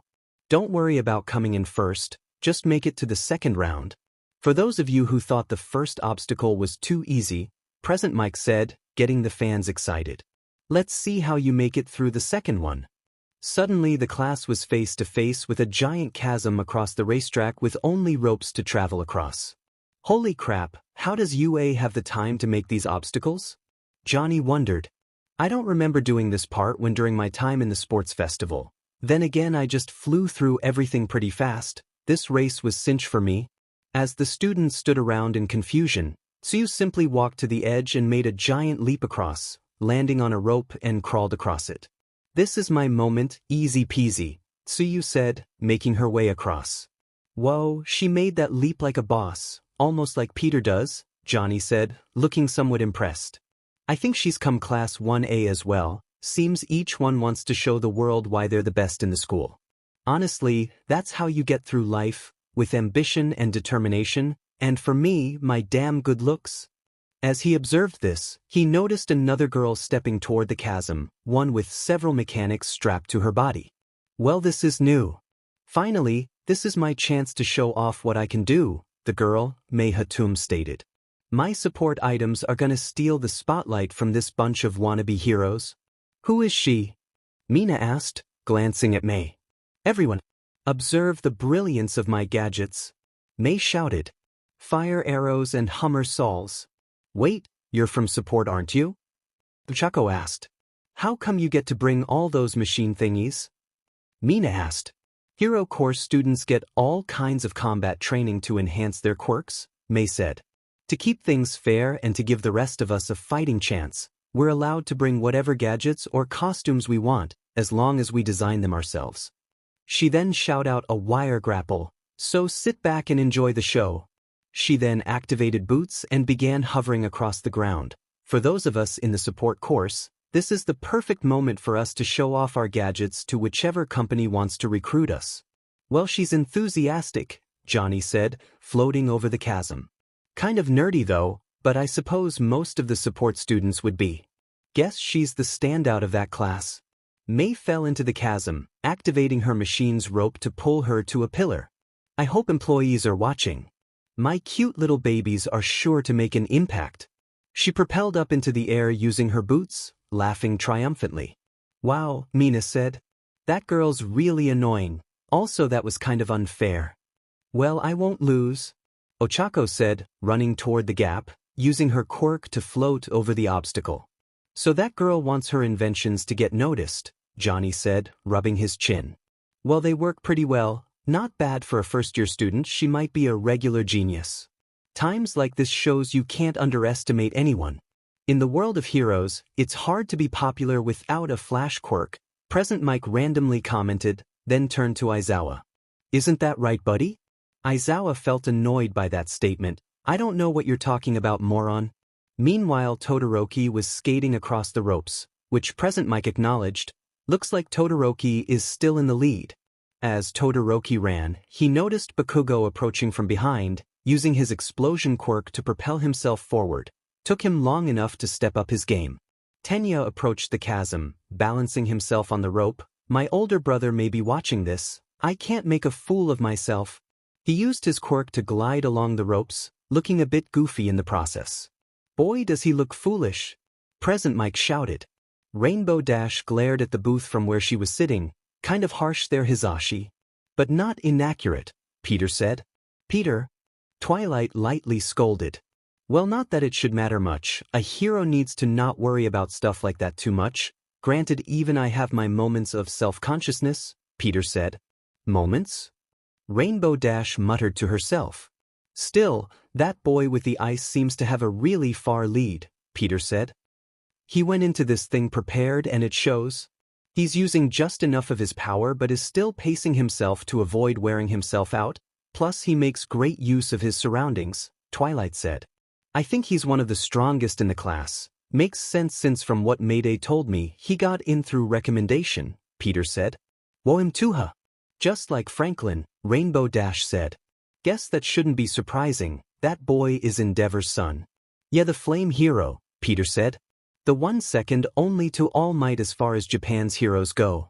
Not just Japan, dude. Endeavor is practically on Captain America's level. Johnny hates him so much since they have similar quirks, yet somehow Endeavor's more successful, Rainbow Dash said. Twilight furrowed her eyebrows. Is he still mad that Endeavor was voted the more popular fire quirk hero? I mean, it shouldn't be too surprising. Johnny's great, but he's known for being in a team rather than a solo hero, and Endeavor's accomplished a lot on his own. Not only does he have incredible power, he's also got keen intelligence and amazing detective skills. Almost as good as Batman's. Well, so far that kid's showing that the apple likely didn't fall too far from the tree, Rainbow Dash said, then chuckled to herself. Wow, that sounds like something Applejack would say. Peter turned back to the monitors, slightly concerned. I hope Mayday, Flurry, and Izuku can get through this with that kid in the lead. Speaking of Izuku, Twilight said, she pointed to a monitor, showing the boy shimmying across the ropes with the piece of metal strapped to his back. He's still going strong. Come on, kid, show them what you can do as well. Peter cheered. Izuku continued to climb across as others either flew over the chasm or found their own way. Mayday swung through, taking note of Izuku's situation. Nothing's stopping him at all. Come on, Izuku, Inko encouraged from her home.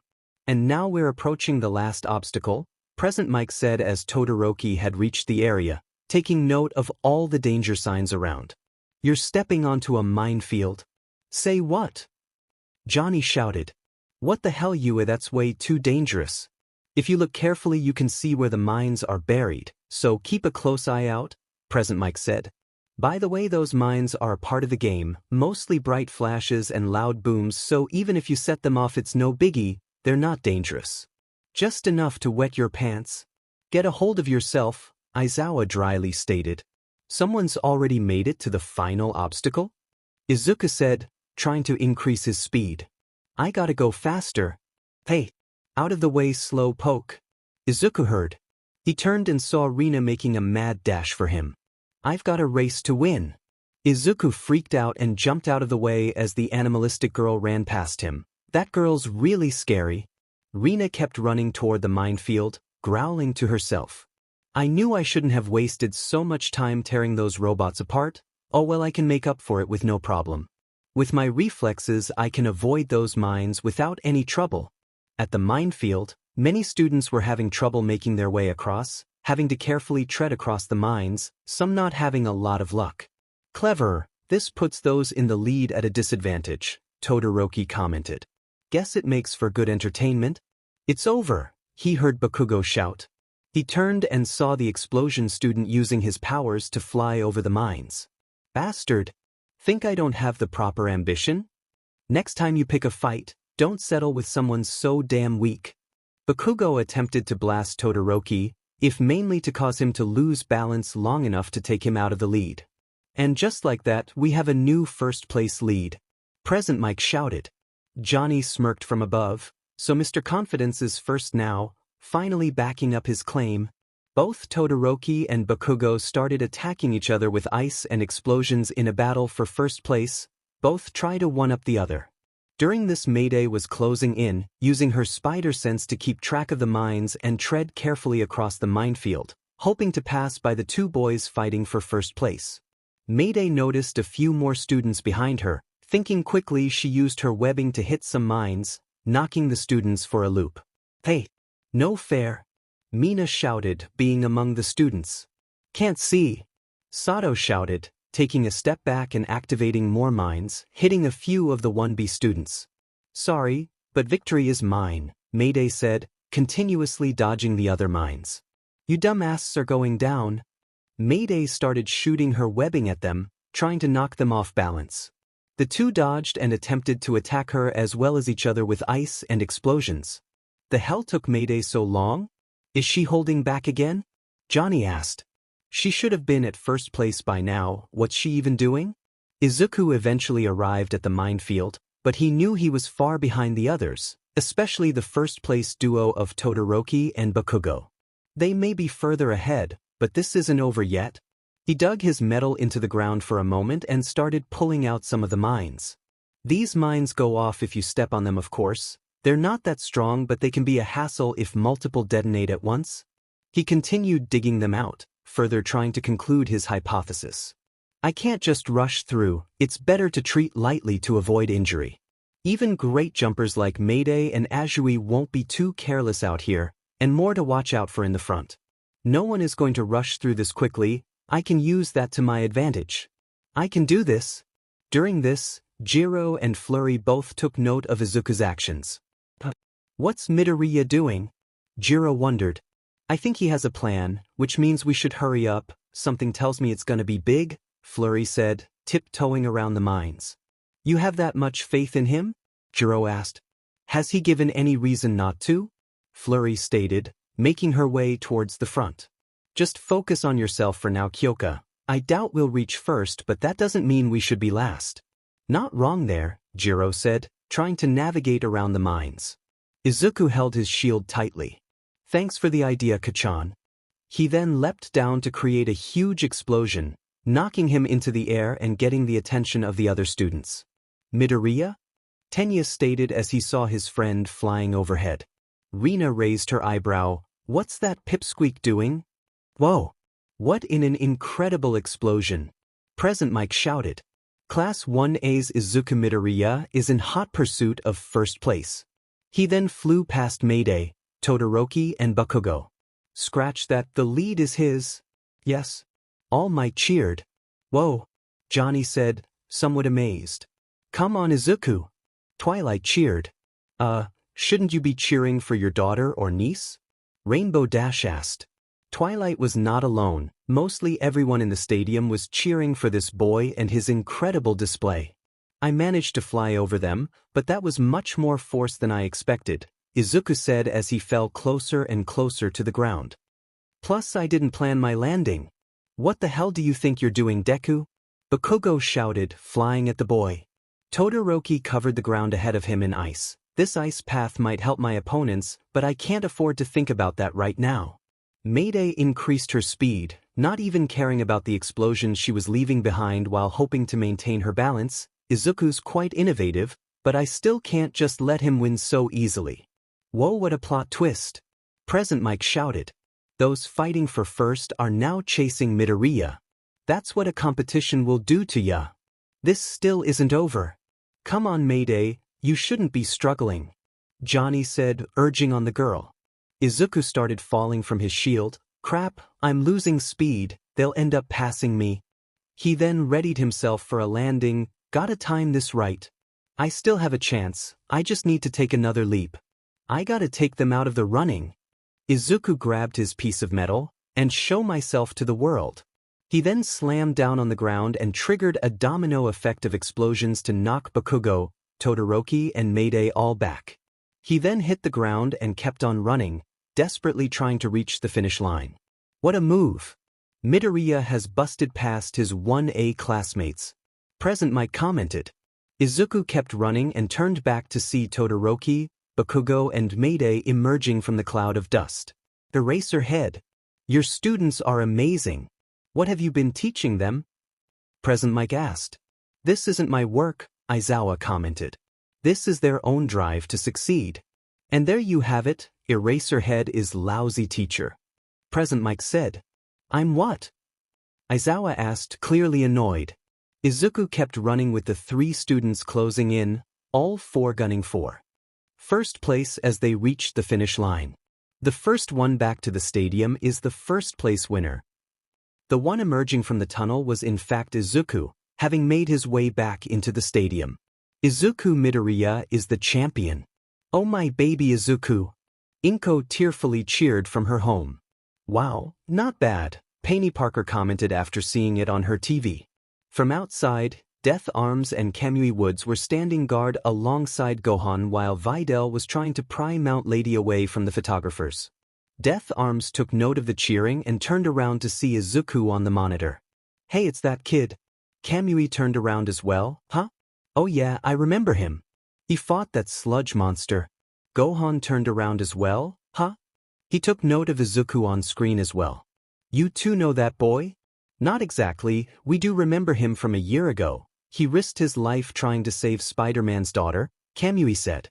Kind of stupid since he almost got himself killed, 𝗬𝗏𝗵𝗃 said. But it's hard to be mad at someone for trying to do the right thing. Looks like UA sees that too. Maybe that kid will one day be a great hero as well, Kamui said. Gohan gazed up at the monitor. So he's the boy, huh? Elsewhere, Shigaraki was also watching the sports festival from where he was, recognizing Izuku immediately.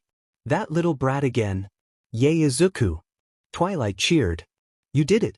You won. Again, should be cheering for your daughter, 𝗵𝗏𝗃𝗁𝗍 pointed out. Sucks Mayday didn't win, but Izuku's easily our second pick, Peter said. Shouldn't that be Flurry Heart? Your niece? 𝗵𝗏𝗃𝗁𝗍 asked. Do whatever you want, I'm going to meet up with Johnny and get his input. 𝗵𝗏𝗃𝗁𝗍 extended her wings and flew off to meet with her husband. Peter shook his head. Of course we care about our daughter and niece, and yeah we would have loved it if they won, but putting our bias aside, Izuku is easily among our favorites to win. Plus if I know Mayday, this is only going to motivate her more to do better in the second round. All Might clapped from the stands. This sports festival is a highly competitive event. Even if that also means going against your friends and classmates. Pro heroes depend on popularity to help their careers, so they have to want to be the best. It's a bloodthirsty world. At your core you want to help others. That's why I chose you, young Midoriya. But to be honest, I always thought your selflessness was also be your weakness. He just smiled everything off as he saw Midoriya celebrating and wiping some tears from his eyes. Guess I was worried over nothing. You are a fighter. But you really need to cool it with the waterworks? Johnny sighed at the victory announcement. I'll hand it to that kid, he really showed his stuff today, but I really think Mayday should have had that one. Why is she holding back? From high up in the business suite area, a woman in a lab coat watched on alongside a man wearing a large white trench coat. The man in question was seen holding a trading card with a picture of a white dragon with blue eyes. It was Capsule Corp's President Bulma and 𝗫𝗫 Corp's President 𝗧𝗵𝗫𝗫. Well, Sito, what do you think? Bulma asked. Not too bad, huh? Well, he certainly took everyone by surprise, 𝗫𝗫 admitted. Going from last place to first is quite the accomplishment. He didn't even use his quirk either. Not sure what his plan is with that, Bulma said. Either he didn't think he needed to, or he's trying to hold back his power, 𝗫𝗫 said. Risky idea, but it paid off for him. All those students were incredible too, especially that Ice one, and the one with the explosions, Bulma said. Really wish I could go down there and ask Vegeta for his opinion. I doubt he would be that impressed, 𝗫𝗫 said. Vegeta isn't the easiest guy to please when it comes to showing off power and ability. I guess you're not wrong, Bulma said. In another booth, Tony Stark was also observing alongside his wife Pepper Potts, and his friends James Rhodes and Happy Hogan. "So that's Izuku Midoriya," Pepper said. "What do you think, Tony? Is he as impressive as Peter said he was?" "So far he's shown to be quite clever," Stark said. "Making use of those minds was brilliant." "I'm just wondering what his quirk is," Rhodey said. "Any of you see him use anything?" "Not me," Happy said. "Well, according to Peter and Mayday, he doesn't use his powers much because he can't control it. It destroys his body every time he uses it," Stark said. "Wait, his powers hurt his body?" Rhodey said. "Yeah, I think he has a strength enhancement quirk," Stark said. "But when he uses his strength, he breaks his bones." "Seriously?" Rhodey asked. "Seems pointless to have super strength if you can't use it. Hey, not everyone had great control their powers, remember Cyclops?" Stark asked. "He'll get better, I'm sure, if any place can teach him that it's UA." Pepper looked down on him. "Well, Peter believes in him, so I guess we should too." "Peter also believes he's funny though," Rhodey said. "I'll see for myself if this kid's truly worth the hype or if he just got lucky." Stark rubbed his chin, carefully thinking over both Pepper's and Rhodey's words. Down below, Bakugo was panting in both fatigue and frustration over having came in behind Izuku. "Deku, not again." Todoroki also caught his breath, then looked toward Izuku, feeling a sense of shame and frustration as he walked off. As Izuku caught his breath, he heard Ochako call out to him, "Deku." That was amazing. He turned to see her making her way over, looking just as tired while Tenya stood in the background, frustrated at losing the race. "I can't believe you got first place, that's awesome." "Oh, it was nothing," Izuku bashfully said. "Not like I had some big plan. I tried a few things that were too risky in hindsight. Anything could have gone wrong. I just got lucky. The real test comes soon." "Izuku!" Mayday shouted, suddenly placing her arm around Izuku's neck, bringing him close to her. "Hey buddy. Nice little plan you had back there, huh?" "Oh, Mayday," Izuku said. "Why yeah, great plan it was." Izuku felt a tightness around his neck. Mayday, you're kind of dash. I mean, using the minds to fly ahead, genius move there." Mayday said, sounding excited while tightening the grip around Izuku's head. "Why yeah, can you maybe?" Izuku tried prying her arm off, but it was locked tight. "Then using the minds to knock out everyone in first place? Or at least trying to, gotta say, that was not a pleasant experience," Mayday's voice slowly losing its pep. "Mayday?" Izuku said, getting worried and soon having a hard time breathing. Ochako looked a bit worried. Mayday, maybe you should dash? I mean, sure you did cause an explosion to knock me out of first place, kind of making me look bad, especially with my family around, but hey, no harm done, right?" Mayday aggressively said, somewhat crushing Izuku, the boy losing oxygen. "Mayday," Izuku said, starting to faint. "Mayday, let go." Ochako shouted, instinctively using her quirk to make Mayday float. "Ichie! Ochako, turn your quirk off right now," Mayday demanded. After Ochako pulled Izuku away, she pressed her hands together as she usually does when deactivating her power. Release. Mayday fell to the ground below. The landing didn't really hurt, but she understandably felt annoyed by Ochako's actions. "Wow, rude much?" "Well, you were hurting Deku. What else was I supposed to do?" Ochako said. Mayday was about to retort, but she realized Ochako's point. "Fine, maybe I got a little annoyed, must be the competition, that and getting hit with mines really didn't put me in the best mood." Mayday helped Izuku stand straight. "Sorry pal, no bad blood, let's just do our best." "Alright," Izuku said, somewhat dizzy from the lack of oxygen. This is a different side to Mayday. Sato was seen angrily stomping to the arena, looking towards his back. "We're here, can you get of now?" "Believe me, if I could I would have," Mineta said, getting off the big student. "But I didn't want to land on the mines and lose my place. I'm surprised you even got as far as you did." "Hey, the mines went off, you're the one who landed on me," Sato said. "I was trying to land on Yaoyorozu, you got in my way," Mineta shouted. "You're such a weirdo," Sato said, marching off in annoyance while Mineta angrily cursed the mines that ruined his chances. "The first game for the first years is finally over," Midnight announced. Now let's take a look at the standings. Izuku, of course, placed first with Todoroki coming second, Bakugo coming third and Mayday coming fourth. Next was 𝗵𝗃𝗃 𝗵𝗃 at fifth place. This continued on until only 46 remained, the last one being Yuga. Everyone in the two hero courses along with Shinso and Mei. Only the top 46 made the cut, little more than usual, but it was too close to call, Midnight said. Anyone who didn't make it, don't feel too left out, there are plenty of other opportunities to shine. Johnny flew overhead, taking the moment to speak, the real fun's about to begin. This is the moment to prove yourself and get yourself into the spotlight you should be craving. Midnight activated the machine, let's see what will come next. Perhaps your wildest fantasies? Seriously, these are kids, one of them is my nephew, kind of getting a little weird, Midnight, Johnny said. Oh, like you're one to shy away from weird Human Torch, Midnight said. You're quite the adventurous man, at least according to your old flames. Hey, don't say stuff like that while my wife's here, Johnny frantically said, glancing up to see Rainbow Dash standing nearby with her arms crossed. You're my one and only babe. How cute, Midnight said. The Human Torch is known for his teamwork with his family in the Fantastic Four, and that's something you're all about to experience. She gestured to the machine. Tada! Your next contest is the Calvary battle. What? But I suck at those, Kaminari complained. This isn't an individual event, wonder how they'll split us up? So you wondered. Here's how it goes, Midnight said. The participants will make teams between 2 and 4 people, not too different from a playground game, except for one difference. Each player has a point value based on the results of the obstacle course.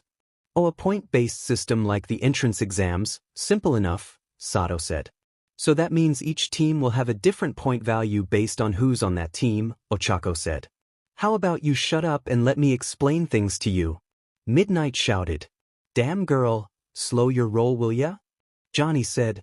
At least they're paying attention and not goofing off like most other high schools would do.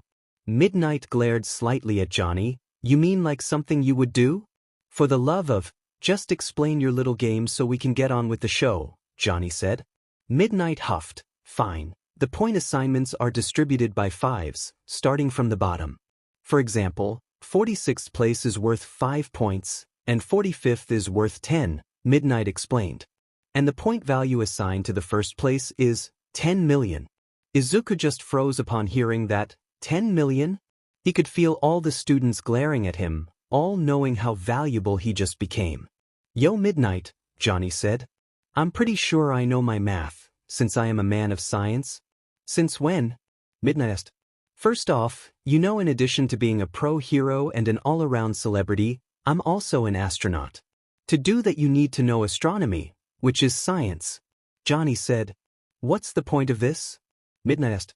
I'm fairly certain first place out of 46 with 5 at the lowest means that Freckles there should have 230 points, not 10 million, Johnny said. Freckles? Izuku wondered. Like seriously, where the heck did you pull that number out of? Johnny asked. It's my little spin, Midnight said. A chance for those at the bottom to overthrow the top. Or just get a cheap win with little to no effort, Johnny added. Honestly, this just makes everyone want to go for one prize rather than competing fairly. Midnight glared once again at the brash hero. Try looking at it from a different perspective than Torch. After all, it's a perspective you know all too well. Now step aside, I have some rules to explain. Johnny shrugged, then glanced at Izuku. Good luck, kid, you're gonna need it. Why yeah, sure thing, Izuku said, barely able to form words. This is gonna be tough. Planning a strategy. Chapter text. Things weren't going to be easy for Izuku. He thought he was riding high after getting first place in the obstacle course race. All that did was saddle him with a 10 million point bounty on his head for the Calvary battle. In this Calvary battle, those at the top will suffer the most, Midnight said. That's something you'll hear many times during your years in UA.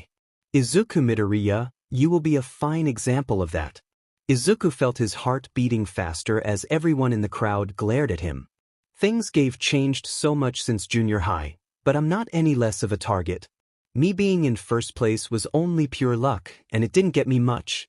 All Might understood this decision, knowing what it represents. Now you know the burden of being the best. Peter felt empathy for the boy. A good lesson in how to handle so many rivals aiming to knock you off your pedestal. It's like what they say, it's hard being at the top, Izuku mentally said. Right, All Might? Right, Peter? Another thing to mention, Midnight said. One student in each team will each be wearing headbands to know how many points that team is worth. Swipe as many as you can to ensure victory. Any headbands taken must be worn from the neck up, so the more you steal, the harder it becomes to manage them. But don't worry about losing your headband or falling down, Johnny said. As long as the clock's ticking, you're still in the game. This is a game anyone can win with the right strategy, Momo said. Plus 46 contestants means 11 to 13 teams fighting on the field at the same time, Sato said. Sounds hard, Yuga pointed out.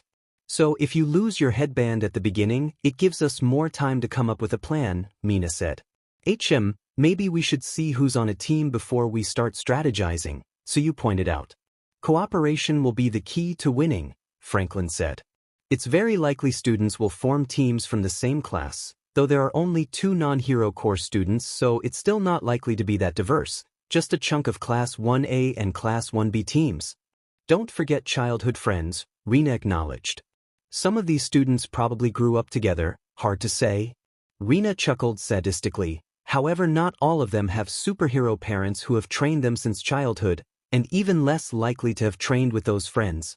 This is going to be a hard challenge, so feel free to use your quirks as much as you'd like, Midnight instructed. However, there are still rules if you intentionally make a team. Fall, you will be immediately disqualified.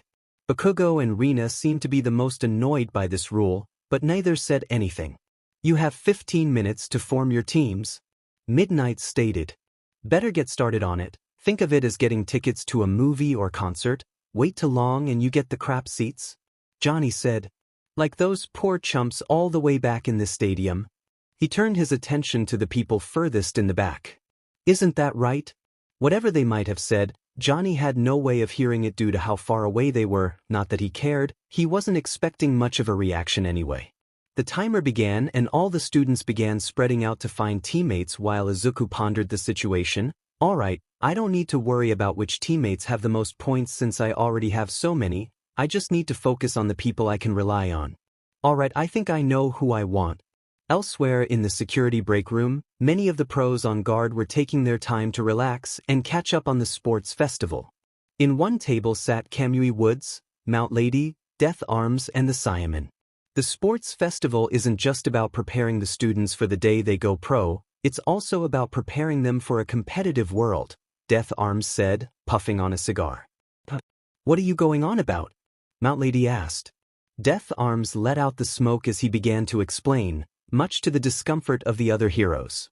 We all know this country is overrun with pro agencies, sometimes you have to step on others to make it on top as a pro hero. That was the whole point of the race earlier. Ugh, what a negative way to look at our jobs, Mount Lady said, trying to sway the smoke away from her. Kamui glared at the growing lady. Seriously? You did that on your first day, remember? Oh right, yeah, I feel terrible for doing that, Mount Lady said. Kamui scoffed at the statement. Yeah, sure you do. Come on, I'm sure she meant well, Gohan insisted. Most heroes just act on impulse after all. What matters is that there's one less villain running around. You're too naive, 𝗧𝗵𝗲. You like to believe all heroes can get along since we're all on the same side of the law, 𝗏𝗏𝗏 said. I've got nothing against you, but you might run into other heroes who crave the spotlight. Look at the Human Torch, he's never been afraid to make someone else look bad if it meant he could shine. He even considers himself the star of his own team. The Fantastic Four, right? Mount Lady asked. Are they even still active? I heard they split up. Not exactly, they pop up from time to time, 𝗏𝗏𝗏 said. Human Torch is just more of a show-off, so he's still traveling the world to prove himself. He at least wants to be better than Spider-Man. I'd even say he wants to surpass All Might himself. That's gonna be a task, Kamui said. Maybe he can start by deflating that ego of his? Do you really want to talk down a guy who is a really bad match for you? Gohan said. Fire plus wood doesn't work in your favor after all, plus he has years of experience and is still a top pro in his own right. He's top 10 in America, he's even been top 10 worldwide on occasion. Being top hero doesn't always mean being the best hero, 𝗵𝗲𝗄𝐵 said.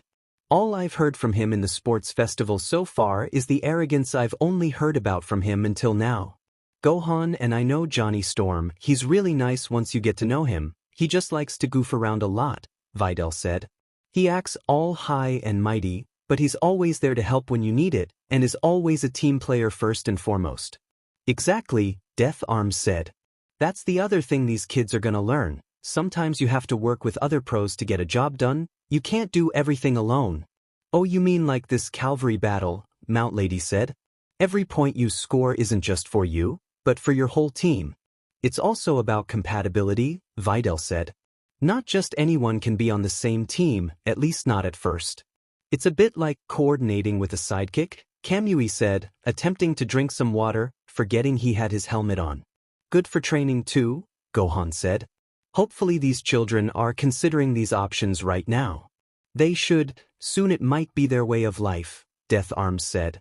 Back at the stadium, several of the 1A students were gathered around Bakugo. You should team with me, Sato suggested. No, you want me by your side, it'll be totally worth it, Mina suggested. I'm not one to beg, but I implore you choose me, Yuga said, still feeling sick from having overused his quirk earlier. As Bakugo considered who choose, something had occurred to him. Wait, what are your names and quirks anyway? What the hell? We're your classmates? Mina shouted. How self-centered are you? Sato asked. From nearby, Kirishima had ran over to Bakugo. Yo. Bakugo! He approached the hothead. Hey, I was gonna join Todoroki, but he already picked his group, so I figured we should team up. Oh, it's you weird hair, Bakugo said. Hey, it's Kirishima. And your hair isn't that different than mine. Kirishima shouted, annoyed by the comment. Look, you want to be the rider, right? If so, you're gonna need a strong front horse who won't be hurt by your blast, and that'd be me. Bakugo didn't seem too sure just yet. I'm gonna need someone with guts. My quirk was made for this. Kirishima said. I got you covered, man. Let's go charging into battle. We'll go for Midoriya and his 10 million will be an easy nab. That seemed to excite Bakugo, the boy smiling sinisterly. As Shuji looked on, waiting to hear if Bakugo was gonna pick someone else, he heard Mineta calling for him. Shuji. He turned to face the tiny boy, who seemed to be very emotional at that moment. None of the girls want to team up with me, so please be my partner. Shuji shook his head. Sorry, no deal. As he began to walk off, Mineta began to plead some more. Please, I'm super tiny and can't be a horse, but no one wants to let me ride on them. Please, with your huge body you can cover me well, and nobody can take my headband. That seemed to interest Shuji and he turned his attention to Mineta. Good idea, let's go. Izuku looked around at all the teams being formed. Looks like people are sticking to their homeroom class. Makes sense, it's too much of a gamble to team with someone else since they won't be familiar with their quirk. I gotta find a team of my own, and fast. Izuku's confidence faded when he realized a bad situation he was in, but everyone's avoiding me since I'm worth so much, oh no. He meekly approached Ujiro, hoping to get him to join, but the karate boy noticed him coming and knew what he wanted to ask. Oh, sorry Midoriya? Ujiro awkwardly walked off, leaving Izuku dejected. It makes sense, everyone's more focused on gaining points rather than just holding on to them, and since I didn't use my quirk in the first round no one has any confidence in me. Izuku started internally panicking. Hey Deku, he heard. He turned to see Ochako standing beside him. Wanna team up with me? Suddenly tears comically sprayed from Izuku's eyes. 𝗧𝗏𝗏𝗃?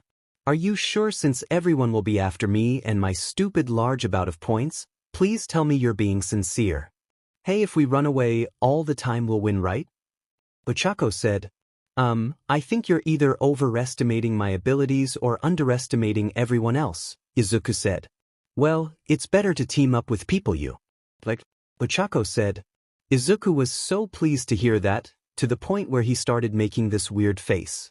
Why does your face look gross all of a sudden? Oh sorry, I thought my chest was gonna explode, Izuku said, unaware of a puddle that somehow formed behind him. Mineta noticed the puddle, wondering if someone had urinated on the ground. Well, actually I wanted to team up with you too, so thanks a lot. Teamwork is easier when you can find people you can effectively communicate with. Thinking about it with your quirk and one other person, I think I have a solid plan. Izuku turned his attention to Tenya and immediately ran to him, getting his attention. Midoriya? Ida, I have a plan, Izuku said. I want you to join my team. I had a plan that involves the three of us that I'm confident will work. A plan, you say? Tenya asked. Yes, I was thinking that with your speed and 𝗬𝗧𝗔𝗪𝐺 zero quirk gravity, she can make us light and we can maneuver around fast and easy, so no one can catch us, Izuku said. What a good idea. Ochako said.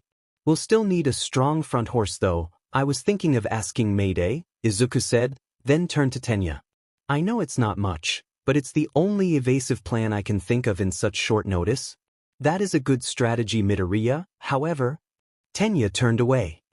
I must refuse your offer. Why? Izuku asked. Because since this all started, I've been losing to you, Tenya explained.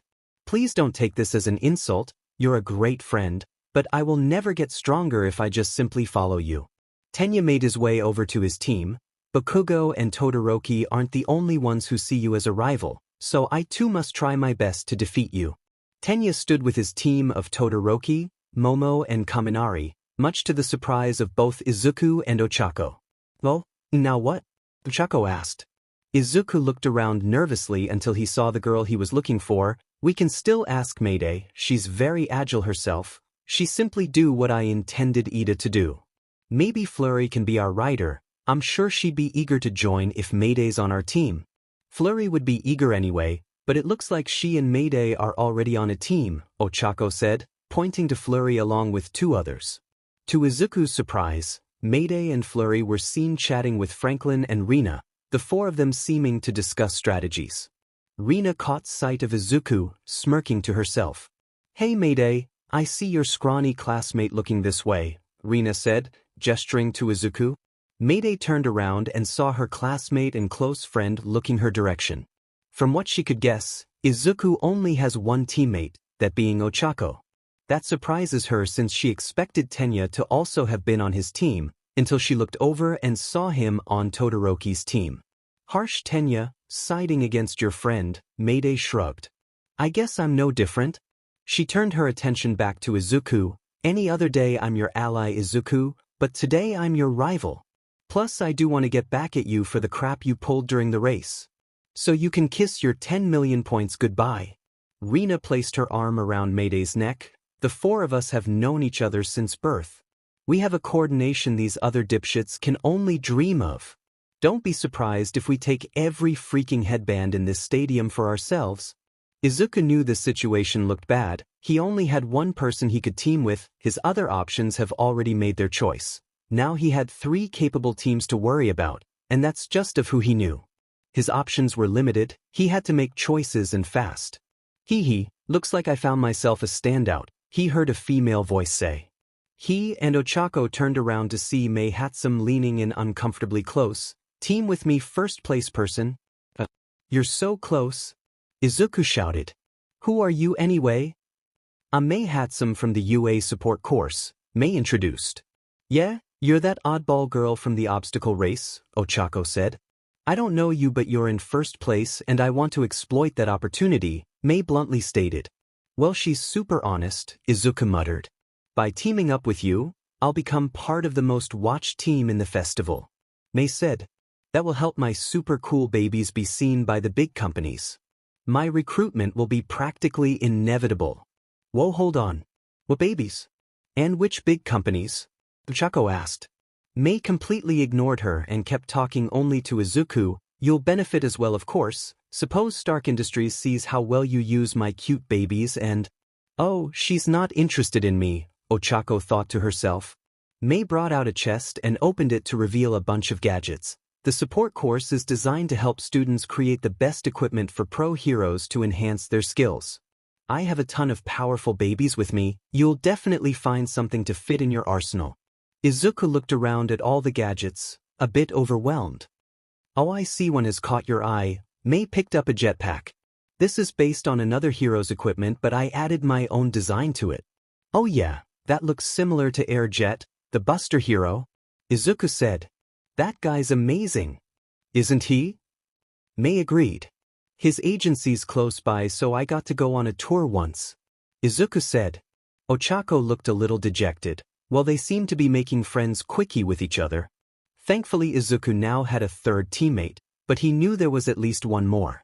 Not getting Tenya was quite the blow, same with Mayday and Flurry, both forming a team with their childhood friends. I still need one more. Izuku scanned the crowd. Looks like everyone's on a team already, but I can work with that. In fact, I know just who to ask. Izuku made his way toward a student, placing his hand on their shoulder. Join me. Almost everyone in the audience is itching to see what Class 1A does, so odd isn't it? Class 1B's Manama said to a group of students on his team. They're egotistical, just like 𝗧𝗵𝗃 pointed out. What makes them stars? So they fought a couple of villains. That doesn't make us any less capable. Let's show everyone, and especially those Class 1A jerks, that our class isn't to be looked down upon, that Class 1B will emerge victorious. The horn blew, signaling the end of the team assembly portion. Alright, time to get this party started. Midnight said. Hope you all got the perfect team. Make sure everyone's on their A game, Johnny said.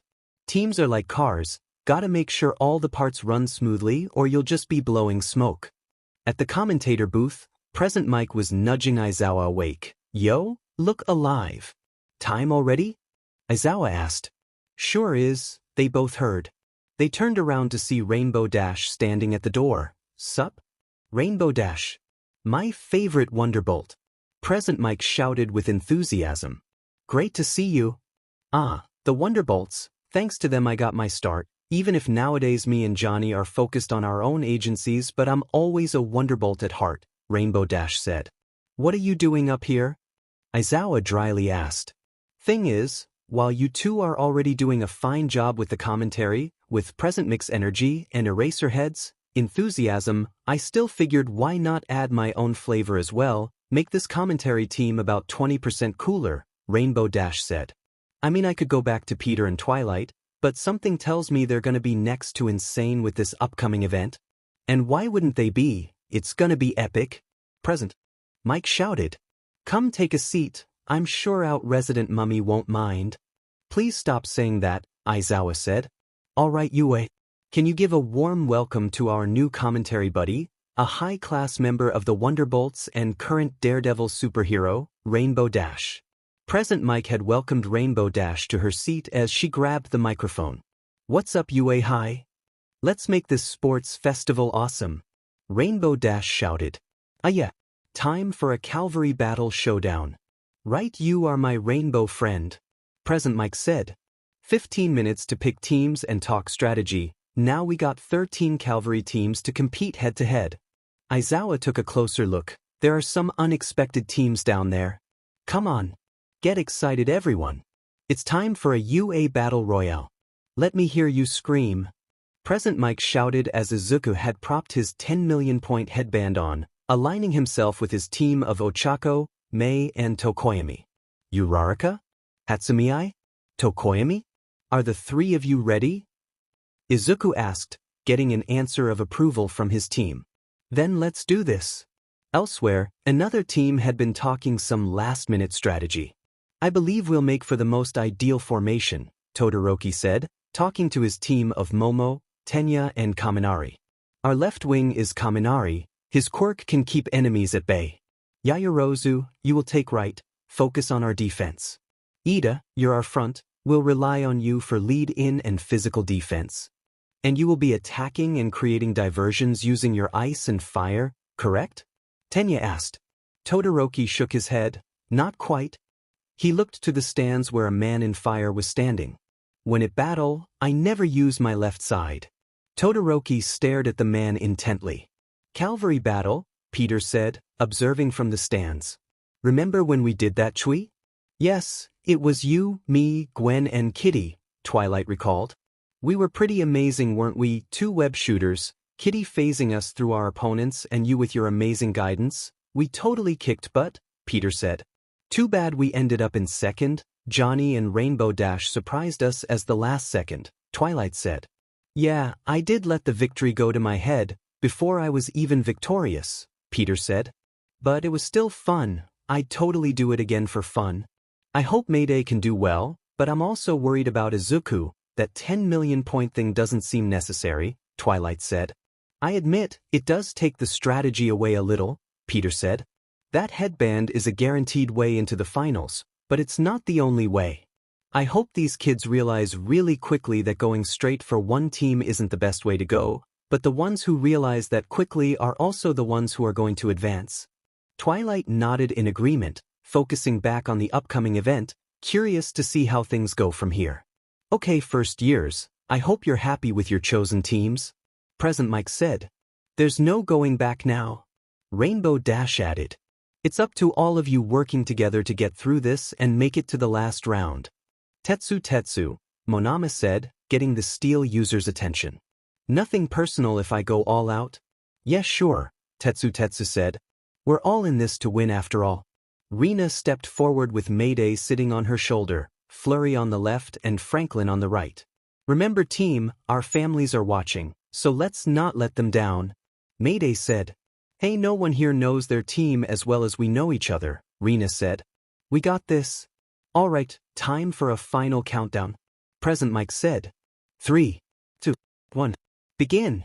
Midnight ordered as all the teams began to move. To almost no surprise, all the teams were going after Izuku and his 10 million points. Just one big battle for 10 million points. 𝗧𝗵𝗃 said. A battle for us to win. Rina shouted. Toru laughed somewhat evilly as her team approached Izuku. Your headband is mine, Midoriya. They're not wasting any time coming after us, 𝗬𝗂𝗵𝗄 said, bringing out Black Shadow. Such is the fate of the hunted. Alright, this is it, Ochako said. What should we do, Deku? There's only one answer to this. Izuku said. We're retreating. Oh no you don't.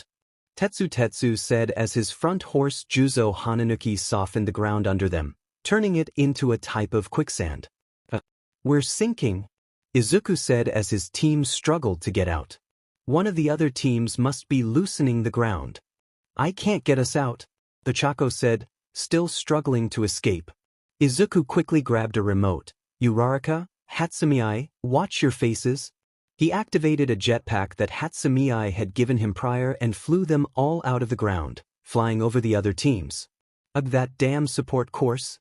𝗧𝗵𝗃 shouted. After them. Jiro go? Toru said, to which her classmate had sent her earphone jacks after the group. Unfortunately, Black Shadow had knocked her earphone jacks away, to the frustration of the rocker girl. That stupid bird. Good quirk, please continue watching over our blind spot, Dark Shadow, 𝗬𝗂𝗵𝗄 said. You got it, Dark Shadow replied. Oh cool, your shadow is just what we needed to take care of our omnidirectional defenses, Izuku said. You're amazing, 𝗬𝗂𝗵𝗄. You did make the choice of recruiting me, 𝗬𝗂𝗵𝗄 said. We're landing, Ochako said, using her jet shoes to safety land them on the ground. Uraraka's a great teammate too, thanks to her we can all float over the other teams if need be, Izuku mentally said. So what do you think of my babies? They're great, aren't they? May said. Excellent mobility, you're a great inventor, Hatsumi. Izuku said. Ah, thanks. May said, flattered at her hard work being appreciated. Just think of me as your team's Tony Stark. I'm the one making us float, Ochako frustratingly thought to herself. They're not that far away, full speed ahead. Toru said, though as they ran, Sato had realized something. Wait, Hagakure, your headband's gone. It's what? Toru shouted in disbelief. You gotta be kidding me.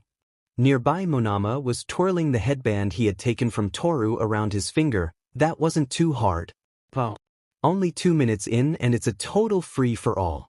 𝗵𝘃𝗄𝐿 shouted. Going after the 10 million is smart, but don't miss an opportunity to get one of the other teams as well. Rainbow said. With so many eyes on one prize, you don't want to blow all your chances on one goal. Mayday's team was fast approaching Izuku, the group ready to snag the headband from the boy's head. Just get me close so I can aim properly, Mayday said, readying her web shooter. After Izuku we snatched the other headbands. Mayday, behind us, Franklin warned, seeing Kendo coming in close. She's going to puff up her hands. I don't think so, get ready to thwip on 3. Mayday said, using her webs to aim a bit further away. 3. Mayday pulled her team to safety just before Kendo could grab them with her big hands. So close. I knew Franklin would be trouble. Franklin Richards, his quirk, PSI. He is capable of mind reading and telepathic communication, but some say that isn't the limits of his powers. As they ran, Franklin felt something a bit worrying. Girls, a team's coming after us. Which team, Franklin? There's a dozen dash, Mayday was saying when suddenly they stopped moving, the spider girl nearly falling over her friends. Rina, why'd you stop? I stepped in something, I can't get my foot off of it, Rina said, trying to pry her leg off the ground. Flurry looked down and saw that she stepped on a purple ball. That's one of Minetta's sticky balls. But where did that come from? Franklin tried scanning around to see if he can feel the boy out. Wait, which one is Minetta? Little purple hair kid. Finding him shouldn't be hard since he has a perverted mind, Mayday said. Of course there had to be at least one of those kids, probably going through the starting stages of puberty, Franklin said, scanning around until he saw Shuji running across the field. I think I found him? As Shuji ran, Minetta's maniacal laugh could be heard. This is too easy. This isn't a challenge. Just a simple walk in the park. That's just Mizo, but why is he alone? Mayday asked. Franklin again mentally scanned the area. He's not? Nearby, Izuku had also noticed Shuji running. Wait, is Shuji all by himself? Doesn't he have a team?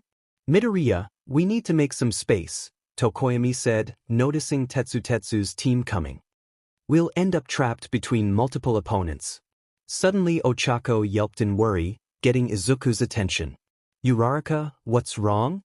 My foot's stuck, Ochako said, trying to lift her boot, getting a glimpse of a purple ball. That's Minetta's ball, Izuku said.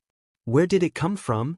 Right over here, Minetta said, peeking from behind Shuji's skin armor. Hi Midoriya. What the? Is that allowed? Izuku asked. Yeah it is, dude. Johnny called out. Wait, Minetta's riding on Mizo's back?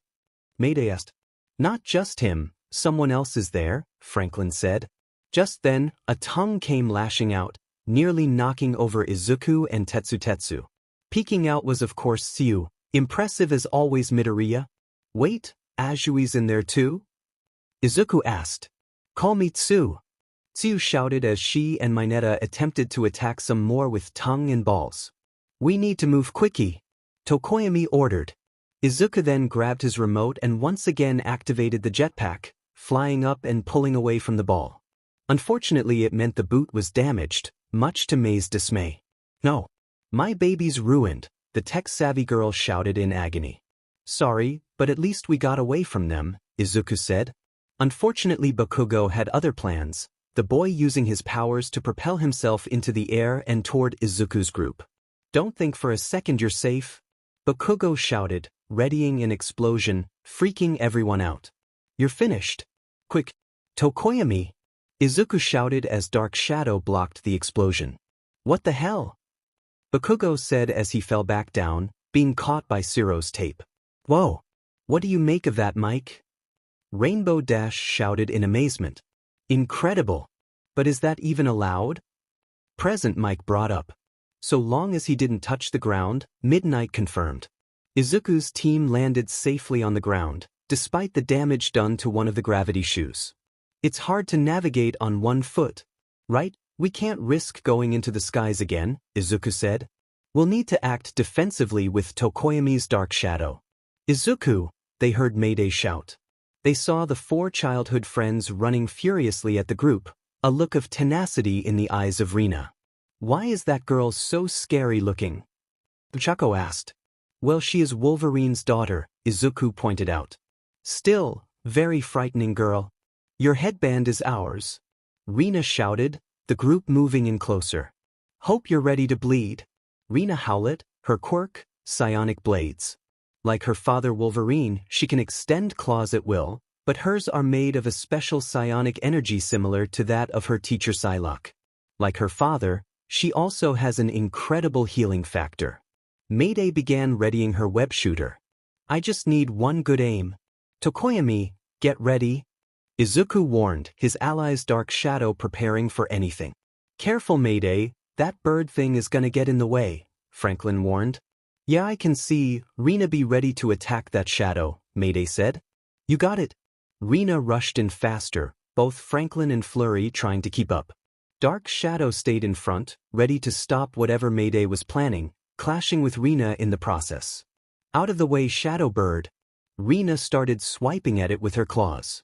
Mayday was hoisted higher by Franklin and Flurry as she shot her webbing at Izuku's headband, the boy narrowly dodging. Damn it, hold me steady you too, Mayday ordered, aiming her webs again. Dark Shadow however managed to knock Rina back, the team nearly losing balance as they began to retreat. It's too risky being near Mayday while she's got those web shooters, Izuku said. We need to create some distance between them. Dark Shadow continued to block the path as Izuku's team made a run for it. Mayday tried shooting her webbing again, with some of it landing on Ochako's hair. She got me, Ochako shouted as Mayday held on tight. Careful Mayday, Miss Midnight said it was again the rules to purposefully knock them over, Franklin reminded. I won't, I'm just trying to keep them from escaping, Mayday said. Dark Shadow, 𝗧𝗵𝗲 ordered, the shadow trying to cut the webbing to no avail. What? Sorry, my daddy's formula makes the webbing nearly indestructible, Mayday boasted. Now, unless you want Ochako to go bald, I suggest you give up your headband now. Crap, what now? Izuku wondered. Maybe his one for all could remove the webbing, he just wondered if simply pulling it would hurt him. Fortunately, 𝗧𝗵𝗲 thought ahead. Uraraka, forgive us for this, 𝗧𝗵𝗲 said, readying his Dark Shadow. Forgive you for dash. Suddenly Dark Shadow had cut off part of Ochako's hair. Please tell me I don't have a bald spot. Dark Shadow just removed enough to separate the webbing, however you might want to get your hair fixed later on, 𝗧𝗵𝗲 suggested. Right? Ochako said, somewhat worried about her hair. Damn bird, Mayday said, aiming her web shooters. I'll just aim for their clothes or something. Bet Ochako wouldn't want to go naked in front of the entire arena. That's a little messed up Mayday, Rina said. I like it. Franklin felt something odd, a new presence. We might have another problem Mayday. Turn around. Mayday and her team did just that, all four of them coming into contact with Shinso and his team of Yuga, Ujiro and Class 1B's 𝗓𝗫𝗍𝗍. But something seemed off about them, they didn't seem like themselves. Mayday Parker, it's an honor to meet you are here, Shinso said. Such a shame our meeting will result in your loss, and in front of your family no less, in front of all your families. Just what are you talking dash? Suddenly Mayday fell into a weird trance and just stopped talking, her eyes looking as dull as Shinso's teammates. Mayday, you okay? Rina asked. I'm afraid she won't be very responsive for the time being, Shinso said. What the hell are you dash? Rina also fell into a trance, her words immediately leaving her mouth. Franklin knew something was off, he quickly turned to Shinso, attempting to read his mind. You have a hypnosis quirk? Come now, aren't you supposed to be the son of a genius? Shinso taunted. Or are you just a failed experiment of a child? Franklin became irate, immediately acting his emotions. You know what I dash? Suddenly he too fell into a trance, leaving Flurry as the only one. Frankie? Flurry said. Rina? You're alone now, so suggest that after I take your cousin's headband, you move aside and let the real competitors do their thing, Shinso said. Look you dash, Flurry immediately fell under a trance. With that Shinso's team walked over and easily took the headband off of Mayday's head.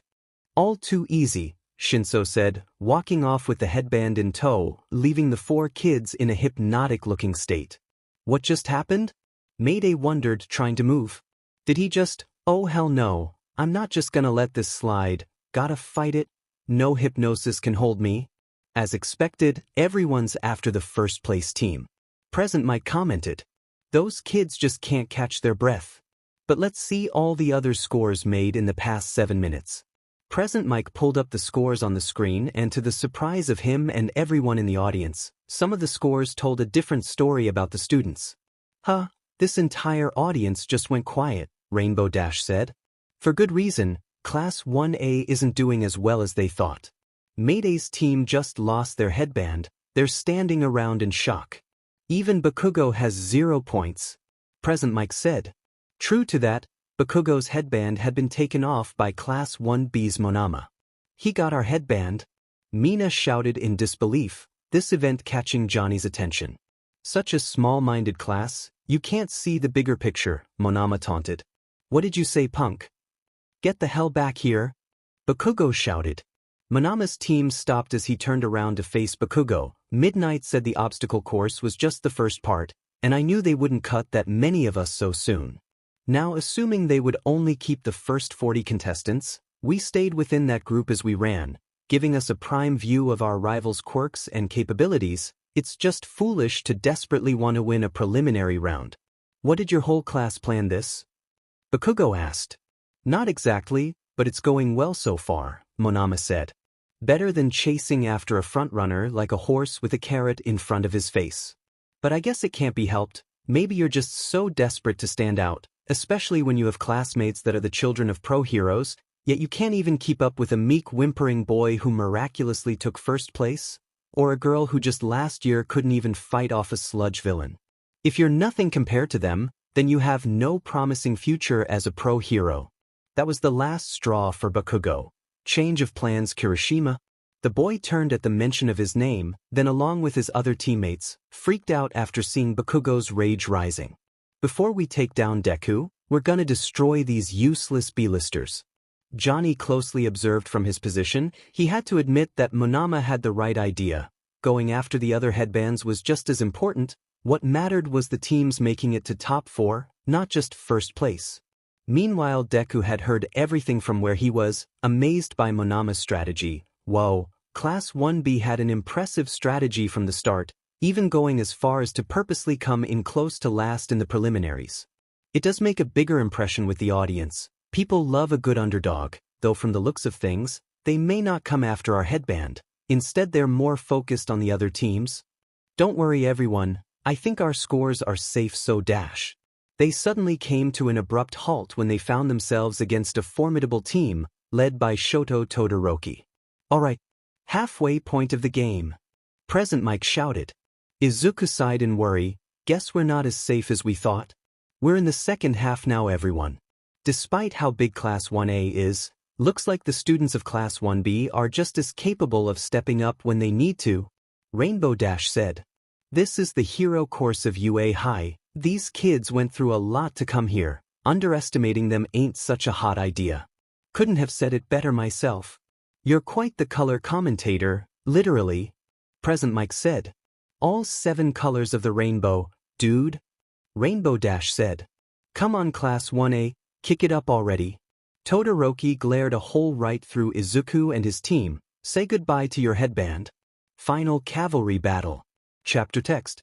Izuku's team has already gone through quite a bit in the first half of this Calvary battle, dodging teams led by Tetsu, Toru, Bakugo, Mineta and Mayday, but standing before them was their biggest challenge, the team led by Todoroki. Izuku glared at the group, remembering Todoroki's words from earlier, the spark of a rivalry. He remembered Tenya's words as well, one of determination. He had narrowly dodged everyone else so far, but now comes one of his toughest challenges.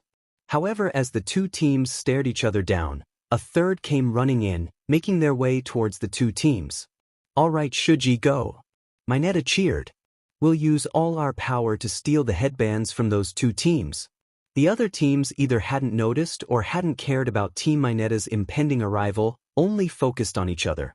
Really didn't expect a confrontation so soon, Tokoyami said. He really has it out for you, Midoriya. We can't stop now. We're only at the halfway point, Izuku said as his team attempted to vacate the area. Move forward, Ida. Todoroki ordered. Right?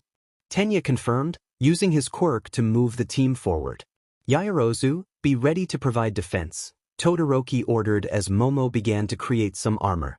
It's being done, Momo confirmed. Todoroki turned to the electric-based student beside him. Kaminari?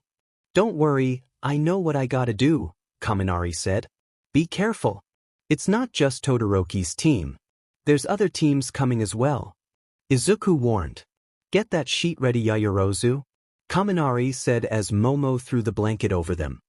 Indiscriminate shock. 1.3 million volts. This attack electrocuted all the nearby teams and stunned the Dark Shadow in the process. Johnny seemed amazed by this amount of raw power. That's a lot of power. Live wire better keep an eye out, Johnny observed, flying overhead, checking out every team possible. There's only 6 minutes left, Todoroki said, grabbing a rod that Momo had made. Time to make a move. He began freezing the ground behind him, leaving the other teams stuck in place. Sorry, but I can't allow any interference. Man, hope Bobby's watching this, Johnny said. That kid already has proper control over his ice abilities. Bobby's gonna have some tough competition one day. Johnny began tapping his chin. Weird though, 𝗵𝗏𝗏 has a fire-based quirk like I do, yet his son has ice abilities. Guess his mother is an ice user like Bobby? Johnny shrugged it off. 𝗵𝗏𝗏's home life has always been a mystery to a lot of people, though I can't imagine it must be that happy with a grump like him leading the household.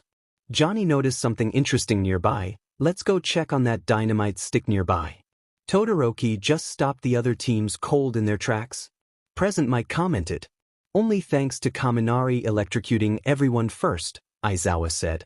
After his surprise at seeing how many students avoided his ice in the obstacle course, he's adapting his strategy. Nicely said Eraser Dude, Rainbow Dash complimented. As Todoroki passed the other teams, he managed to grab a few headbands, much to the annoyance of several of the students. Izuku tried to fly up, but the jetpack had failed. Oh no, the jetpack's not flying. My babies. There's always room for improvement. 𝗧𝗵𝗲𝗃𝗧𝗵𝗲 said. They're coming in too fast. Ochako shouted as the group got closer, thanks to Tenya's speed. Dark Shadow, attack. 𝗬𝗂𝗬𝗍 ordered as the shadow moved in close, going for Todoroki's headband. Unfortunately, Momo had created a shield to protect their team's points. Her creation quirk is too strong. Take caution everyone, Izuku said. Actually, the one I'm worried more about is 𝗵𝗃𝗃𝗧𝗵𝗲, 𝗬𝗂𝗬𝗍 said. If there was any more sunlight, 𝗵𝗃𝗃𝗧𝗵𝗲's attack would have completely destroyed Dark Shadow. That statement reminded Izuku of something 𝗬𝗂𝗬𝗍 had said earlier when he had recruited him. Flashback. So what I want you to do is focus on our team's defense. I'm hoping you won't have to attack at all. Sound good? Izuku asked. Interesting, 𝗬𝗂𝗬𝗍 said, much to Izuku's confusion. My Dark Shadow quirk's power increases when it's dark, but it's also harder to control. It's easier to handle in the sunlight, but that reduces its attack power. You couldn't have known this, yet you choose me for the perfect reason. Your proposal is interesting to say the least. Alright, I'll follow your lead. And flashback. I get it, Izuku said. His lightning is a big problem. The more he uses his quirk, the harder it is for me to attack, 𝗬𝗂𝗬𝗍 said, gesturing to the whimpering Dark Shadow. Dark Shadow is too timid in the light. I'm a pacifist, Dark Shadow said in between his sobs. Looks like a weakness has been found, 𝗧𝗵𝗏 analyzed from his seat. What weakness? Bulma asked. That shadow bird thing was unstoppable a moment ago, now it's hesitant, 𝗧𝗵𝗏 said. Either those kids got really lucky or their leader is a pretty good strategist. Suddenly the team was backed against a wall with ice surrounding both sides. Izuku had to make another plan. Their attack power is low, but they don't know that, correct? I doubt it, 𝗬𝗂𝗬𝗍 said.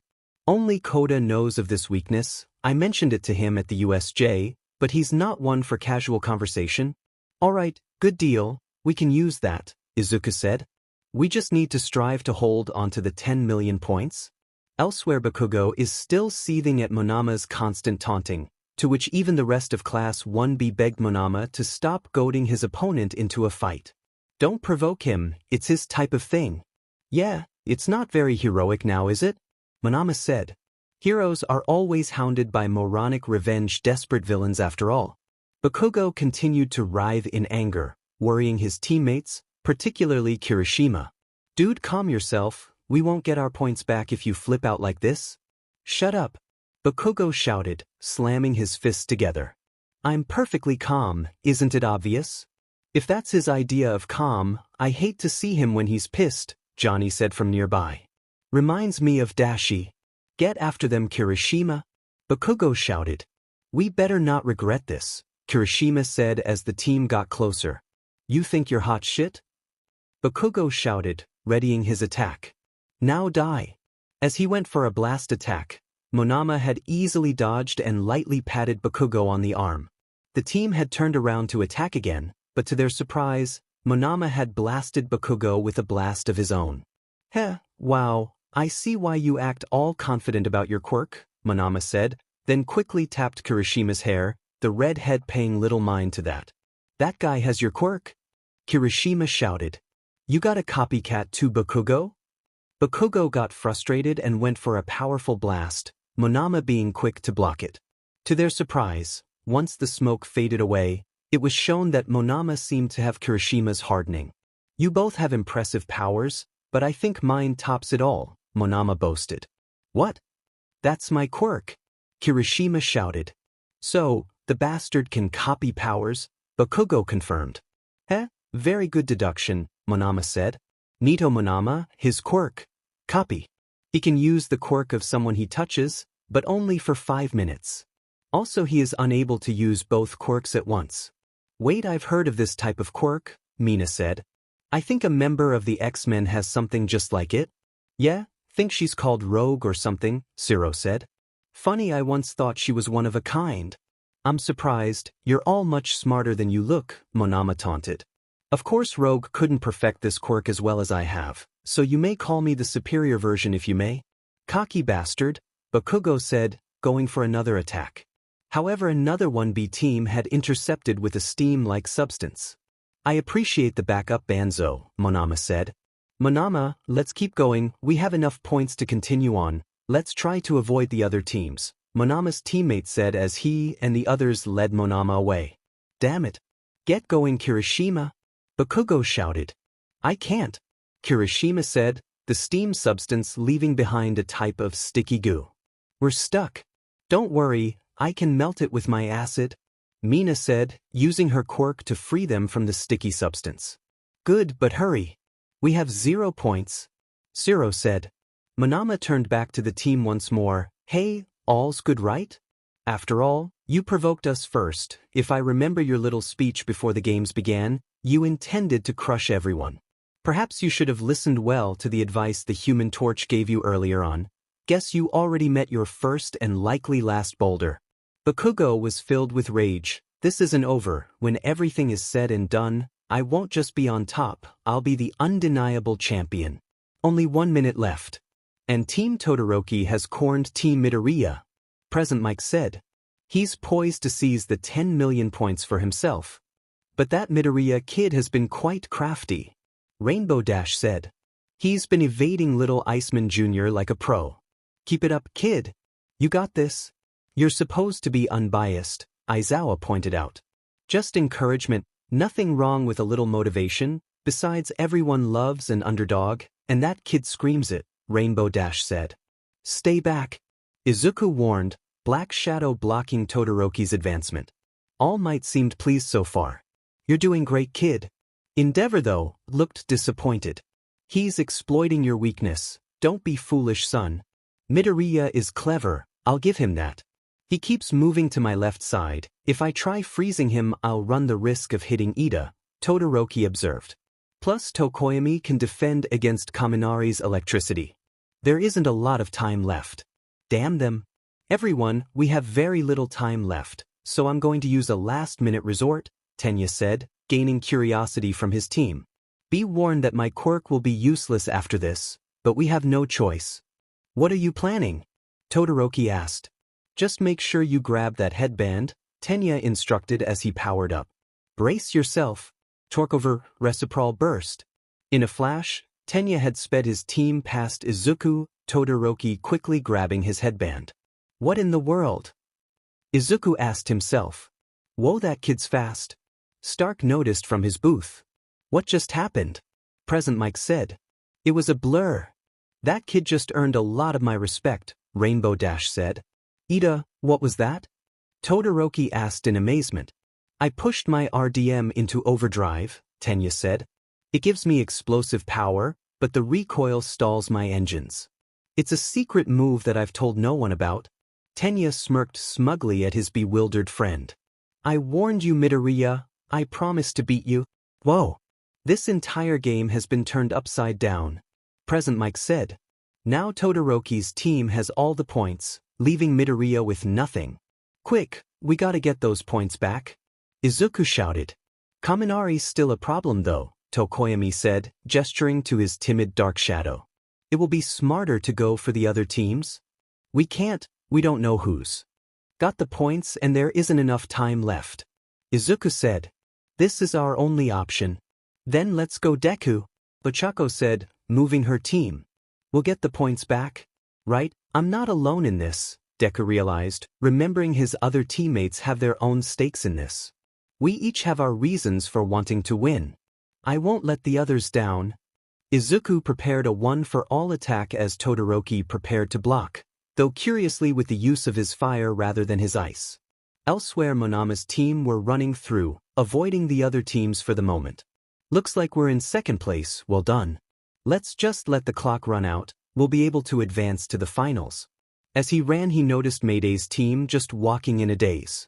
Huh, that's Spider-Man's daughter. I know Rina and Franklin are childhood friends of hers but I can't help but feel slightly disappointed that they aligned themselves with one. Ain't too bad, they could have done well in the finals, at least Rina could, oh well. Damn losers. Get back here. Bakugo said, rushing by Mayday's team, the girl struggling to snap out of her mind control. Almost got it? Mayday said, moving a bit. She looked aside and saw that Franklin was starting to recover as well. With any luck the two could get back into this. Them again, don't they realize when to accept being bested? Monama turned around slightly to berate them. It's actually an important part of Dash. To his surprise, Bakugo had propelled himself into the air with a huge explosion, the shockwave briefly pushing back Mayday's team. Hey, quit flying off on your own. Kirishima shouted. Stop him, Tsuburama. Monama ordered, the student blowing some air at Bakugo and trapping him in a type of bubble. Koisei Tsuburaba, his quirk, solid air. He is able to harden air into many objects, including walls and steps. Finally, Mayday said, snapping out of a daze and seeing Bakugo in a bubble. Katsuki? He's mine, web girl. Back off. Bakugo shouted, punching the bubble. Wow, your friend's rude, Franklin said, having snapped out of his daze as well. Rina. Flurry. He nudged the two, making sure they were out of their trances. Where are we? Rina asked. Where's that boy? He should be around, looks like he took Mayday's headband, Franklin said. We gotta find him quick. But what about those teams? Flurry asked. Should we go for their headbands? I'd rather not deal with Nito or that explosion kid, let's just find the jerk that mind-controlled us. Franklin said, leading his team to Shinso. That fool, thinking he could mind-control a telepath. Though perhaps I'm the fool for letting myself get caught in that. Mayday looked back at Bakugo. You better make it to the finals, Katsuki. I'll be waiting. Don't you worry, I'm not passing up the chance to show you up. Bakugo shouted. Tsubura chuckled to himself. You're both idiots if you think anyone can break out from my air shield. To his surprise, Bakugo had Brolen free and grabbed the top headband from Monama's neck, Bakugo getting the points back for his team. No. Damn him. Tsubura shouted. Katsuki. Bakugo got his points back. Rainbow Dash shouted. He's in the running for the finals. A couple more teams attempted to go for Monama's group, though they were thwarted by the solid air quirk that he and Tsuburu used. Damn. Don't worry, we're still in this, Tsuburu assured. Kendo's still frozen, she hasn't moved in forever.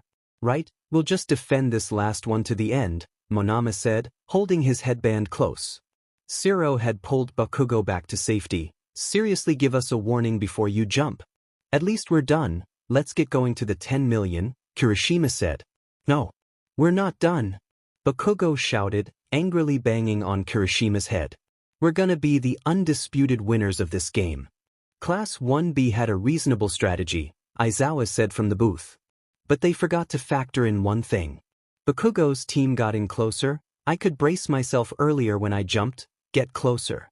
We'll get our points back from this dumbass. Then go for the big prize. You got ambition, Bakugo. I'll give you that, Kirishima said, moving his team in closer. Elbow guy. Tape them. Bakugo ordered to Zero. My name's 𝗵𝗃𝗧𝗧𝗏, the tape user said, using his arm tape to attack, but narrowly missed. Your aim's lousy. Hey raccoon eyes, pour your acid in our path. Bakugo shouted. It's 𝗵𝗃𝗧𝗏, the acid user said, making use of her quirk. All Might observed Bakugo's tactics from the stands. You understand an important truth, young Bakugo, one no one had to teach you. There is a difference between aiming for the top and settling where you are. That is a very important aspect. Class 1B forgot to take into the account of their opponent's tenacity, Aizawa said as Bakugo used his quirk like a rocket to speed across Mina's acid. That's something Bakugo is about to teach them.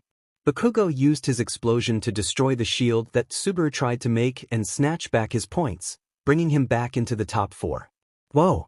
What a shield breaker! I can't wait to see the replay, Present Mike said. I gotta admit, that kid has unimaginable power. He's gonna grow up to be a strong hero, Rainbow Dash said. Assuming he keeps that path, his attitude is still not very hero-like. Aizawa glanced slightly at Rainbow Dash for her comment. Don't be quick to judge, not like you or your husband set the example of a hero all the time anyway. Alright, now we go for Deku and Todoroki, Bakugo said, looking toward the icy barrier.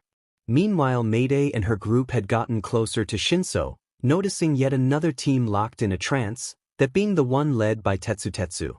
I think this should be enough to get me into the finals, Shinso said, holding the headband in his hands. I would have liked the 10 million, but there's too much ice in the area. Sometimes you just gotta settle. I'll make my mark soon. To his surprise, some webbing latched onto the headband and was pulled away. He turned to see Mayday and her team glaring hard at the mind-controlling boy. Remember everyone, don't say anything to him at all, Franklin said, keeping his voice low enough so that Shinso couldn't hear. He wants us to talk because that's how his quirk works. If you respond to anything he says, you'll be mind-controlled. Sneaky little bastard, we'll show him what happens when you screw with us, Rina said, extending her psionic claws. Oh, it's the Children of Heroes team, Shinso said, moving his team closer. I believe you have something that belongs to me, so why don't you just be good children and hand it over? No one answered, they just moved in closer, Mayday getting her webbing ready to pull in the other headbands. They're not responding, that's odd. Well, it wouldn't hurt to pry a bit more. So, Spider-Man's daughter, huh? You know I kind of envy you, being related to such a popular hero, Shinso said. You've even inherited his quirk.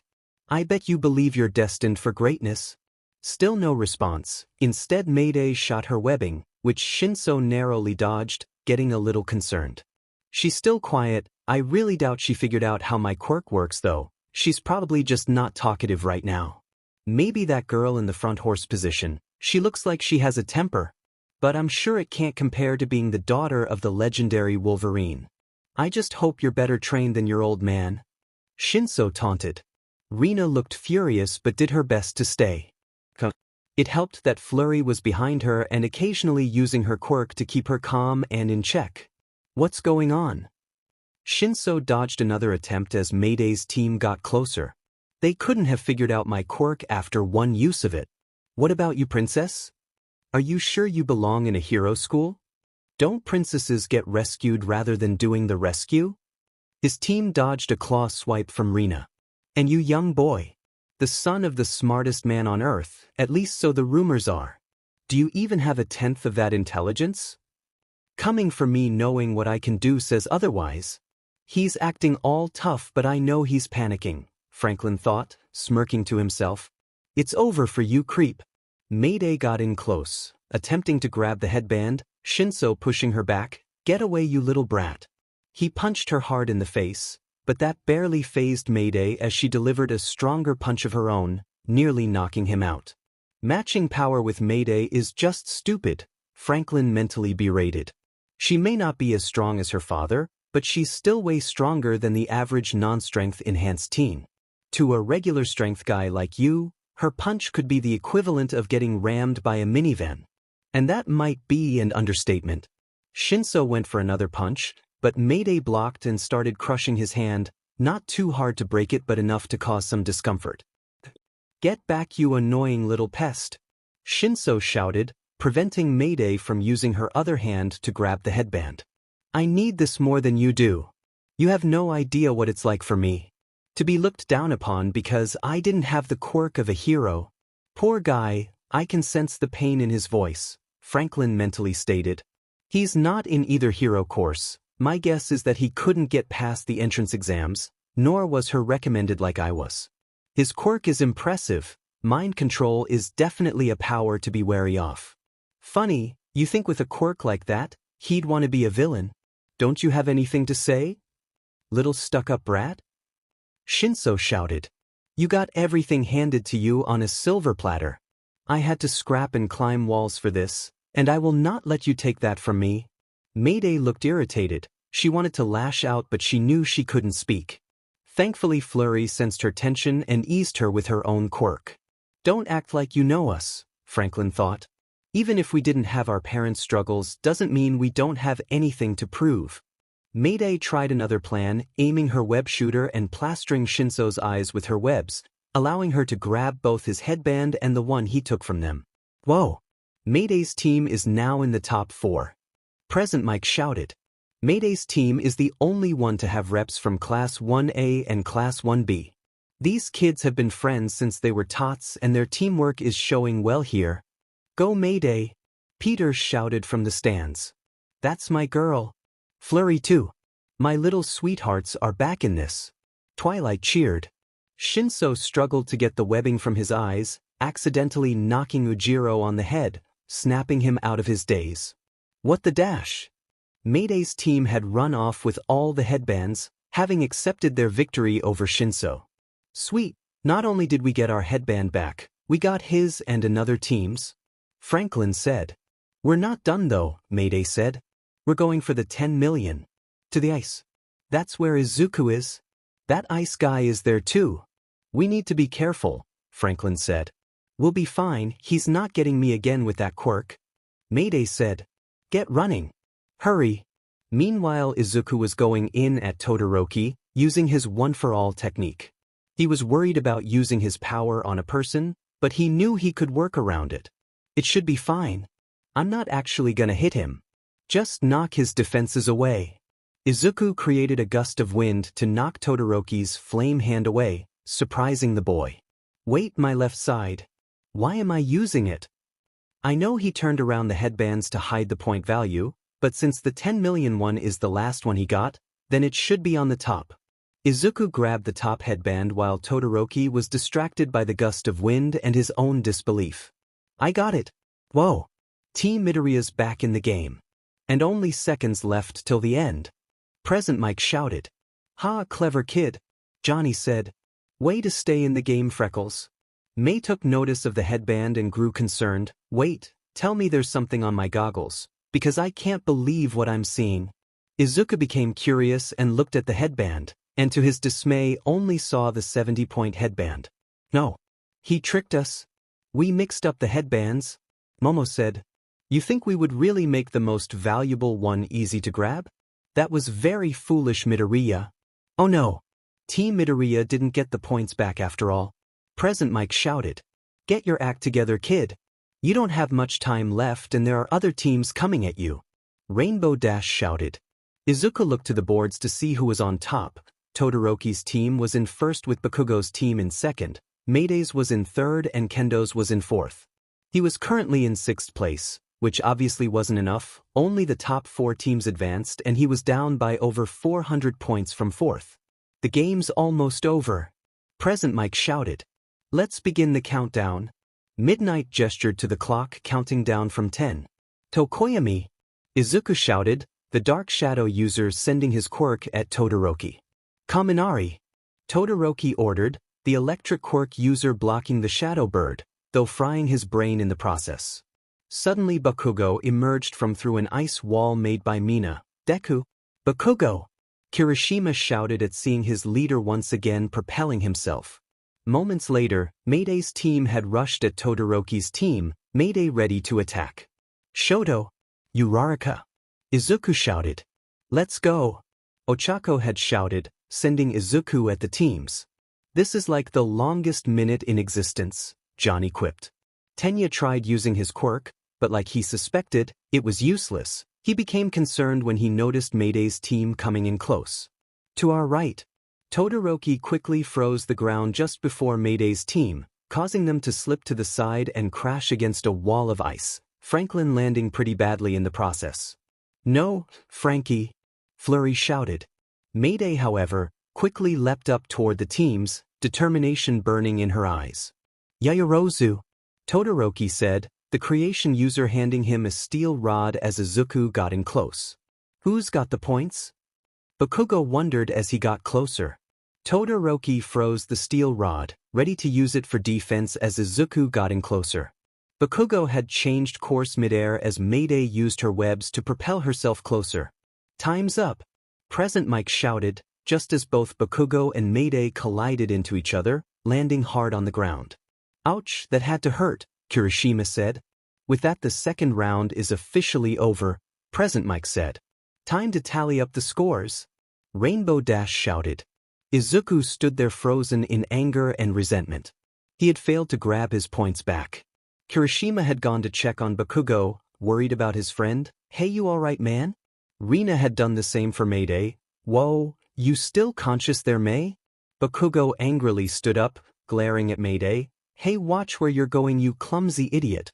Mayday stood up, glaring daggers at Bakugo. "I can say the same to you, dumb." "Oh yeah? Wanna go?"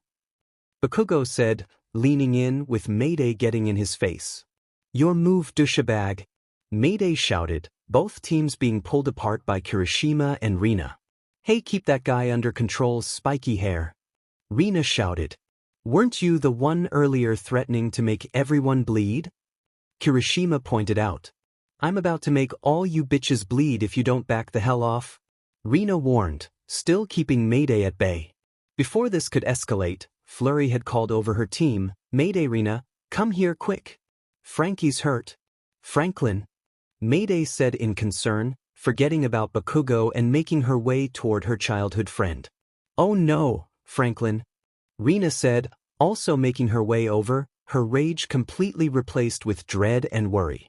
Johnny looked down at his nephew, holding his arm in pain as Flurry attempted to keep him calm. Crap. He quickly flew over to Midnight. "Hey, get some paramedics to Franklin, he had a bad crash at the end there." "I'll call them now," Midnight said, grabbing a radio. "Alright," 𝗵𝘃𝗄𝗃 shouted. "Let's take a look at our top 4 teams. In first place, Team Todoroki. Momo sighed in relief. "At least we got first place, but that was way too close." "I'm sorry," Tenya said in disappointment. "I let everyone down." "No, you didn't," Momo reassured. "You're the reason we won, thanks to your special move." In second place, Team Bakugo. 𝗵𝘃𝗄𝗃 said. "Ugh, so close to first place." Mina whined. "Hey, it's fine, we're moving on at least," 𝗧𝗏 said. "Too bad Bakugo doesn't see it that way," Kirishima said, gesturing to the angry boy. In third place, it's Team Parker. 𝗵𝘃𝗄𝗃 said as Franklin was being tended to by his friends. "I wish I could be happier, but I'm worried about Frankie," Flurry said. "Shouldn't that first place team be disqualified for making us fall?" Rina asked. "Guess it doesn't sound since it didn't look intentional," Flurry said. Rina groaned in annoyance. "That's bullshit. Fine, I'll just hurt them all myself, that'll show the scumbags." Mayday looked over her fallen friend. He had injured his arm pretty badly when the team slipped on ice and crashed into an icy wall. She glared at the one who spawned the ice. "Damn you, Shoto Todoroki." Meanwhile, May had taken the jetpack off Izuku, ready to look it over to see why it had malfunctioned. "Hey Deku," Ochako said, getting Izuku's attention. Izuku solemnly turned to her. "Just so you know, I'm really sorry." Ochako and May looked a little surprised. Then they each gestured to Tokoyami. "I must apologize. When Todoroki had been shaken by your first attack, I attempted to grab the 10 million point headband, but things didn't work out as planned." Tokoyami then gestured to Dark Shadow, who had another headband in its beak. "But it was not all for naught. Instead, I had grabbed the headband wrapped around his forehead where his guard was the weakest. You created this opening for me, Midoriya. You assured our advancement to the finals. And in fourth place, Team Midoriya." 𝗵𝘃𝗄𝗃 shouted as Izuku began shedding a fountain of tears of joy. "These 4 teams are in the finals." All Might sighed in relief. Thank goodness. Man, that kid cries a lot, Peter said, looking unsurely at Izuku. Twilight glanced slightly at her husband. No offense, honey, but I don't think you should be commenting on something like that. Peter furrowed his brow in annoyance. Come on, I wasn't that bad. Todoroki had glanced down in shame, having realized he lost his headband to Izuku's team. Damn. He glared slightly at Izuku before looking down on his hand. I swore I would never attack with my left side, yet the moment I was overwhelmed, I broke my own promise. He clenched his fist angrily. At this rate he'll win, and I'll become what he wants me to be. Looking down from above was his father Endeavor, who for the moment was satisfied with his son's progress. From Tony Stark's booth, the armored Avenger seemed quite impressed with the display from the Calvary battle below. Looks like that Izuku kid is a lot more resourceful than I thought, Tony said. Starting to realize why Peter saw so much potential in him. I still didn't see him use his quirk, Rhodey said. You sure he has one? Because Peter and his family said he didn't at first, then according to you, Tony, Mayday said he had a quirk, so which is it? I saw a glimpse, Tony said. Remember when he looked like he wanted to attack Endeavor's boy? There was a gust of wind. That wasn't the weather, it was a taste of that boy's power. The next round is the martial arts round. I'm sure there we'll finally see what he can do. He's gonna need it going against a handful of those students. Explosions, acid, shadow birds, ice powers, and our own little Mayday. He's gonna have to show something off, or he's as good as done. So who are you rooting for, Tony? Happy asked. Duh, Mayday, she's got this, Stark said. Between her power, speed, and intellect, plus that hard training she's gone through, she's easily the best bet to win this. You didn't actually bet on her, did you, Tony? Pepper asked. You know I don't bet, Tony said, chuckling almost suspiciously. Yeah, sure you don't. You totally didn't lose a fortune when Keystone City crushed Metropolis in the playoffs, Rhodey remarked with a sly grin, much to Tony's annoyance. That was from a bad investment, which happened to involve Metropolis, but that proves nothing. Stark insisted. Well, I hope Mayday wins too, and I know Morgan does as well, Rhodey said. Of course, Morgan has my intellect. We all know a good winner when we see one, Stark said. With 𝗵𝗲 and 𝗫𝗲, the two had their own thoughts about the contest below. Those kids really are amazing, 𝗵𝗲 said. It's nice to know they can work well as a team. Ironic though, to win they needed the strongest allies, and soon those allies will be their greatest enemies, 𝗫𝗲 said. They essentially chose their own obstacles to victory. True, but on the plus side, when you work with someone, you also have to know their strengths and weaknesses. It's easy to figure out your enemy when you see them in action beside you rather than with you, 𝗵𝗲 said. Makes it easier to plan later. Good point. Honestly though, some of them have power that no amount of preparation can help you with, 𝗫𝗲 said. How can you train to withstand explosions from that Bakugo kid, or that ice from Endeavor's son? I take it they're your picks for this event? 𝗵𝗲 asked.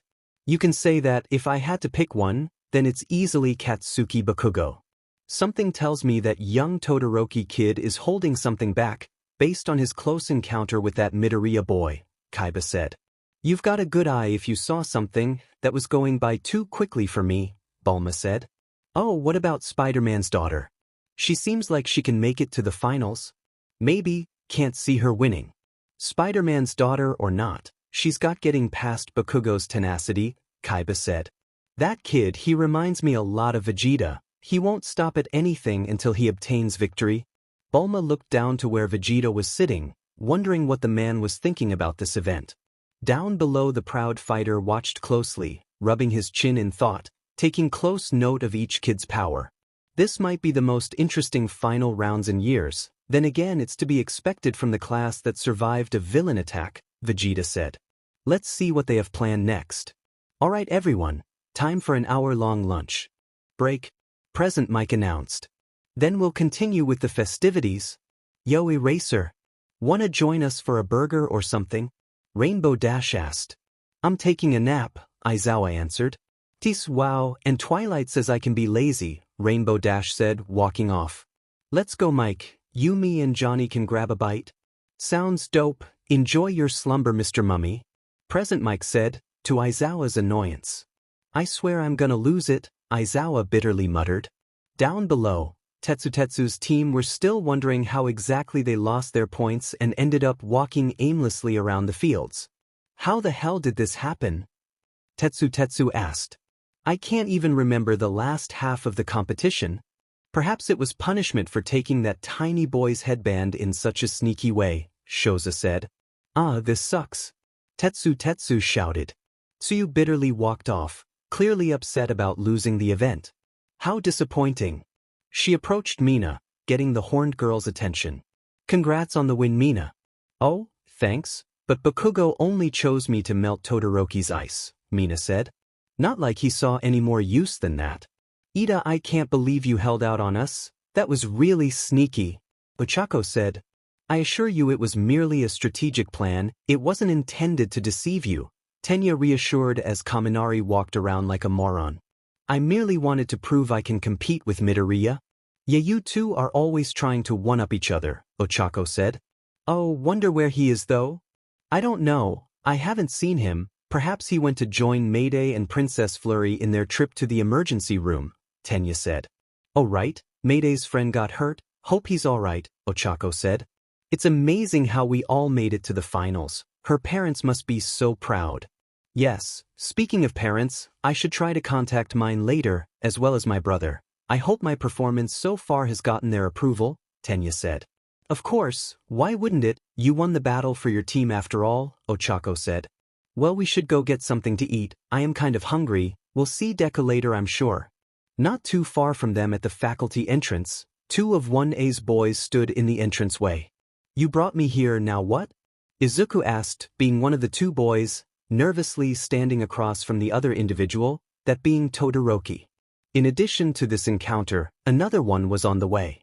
As the pro-hero Endeavor made his way down some stairs, he heard a familiar and somewhat unappealing voice.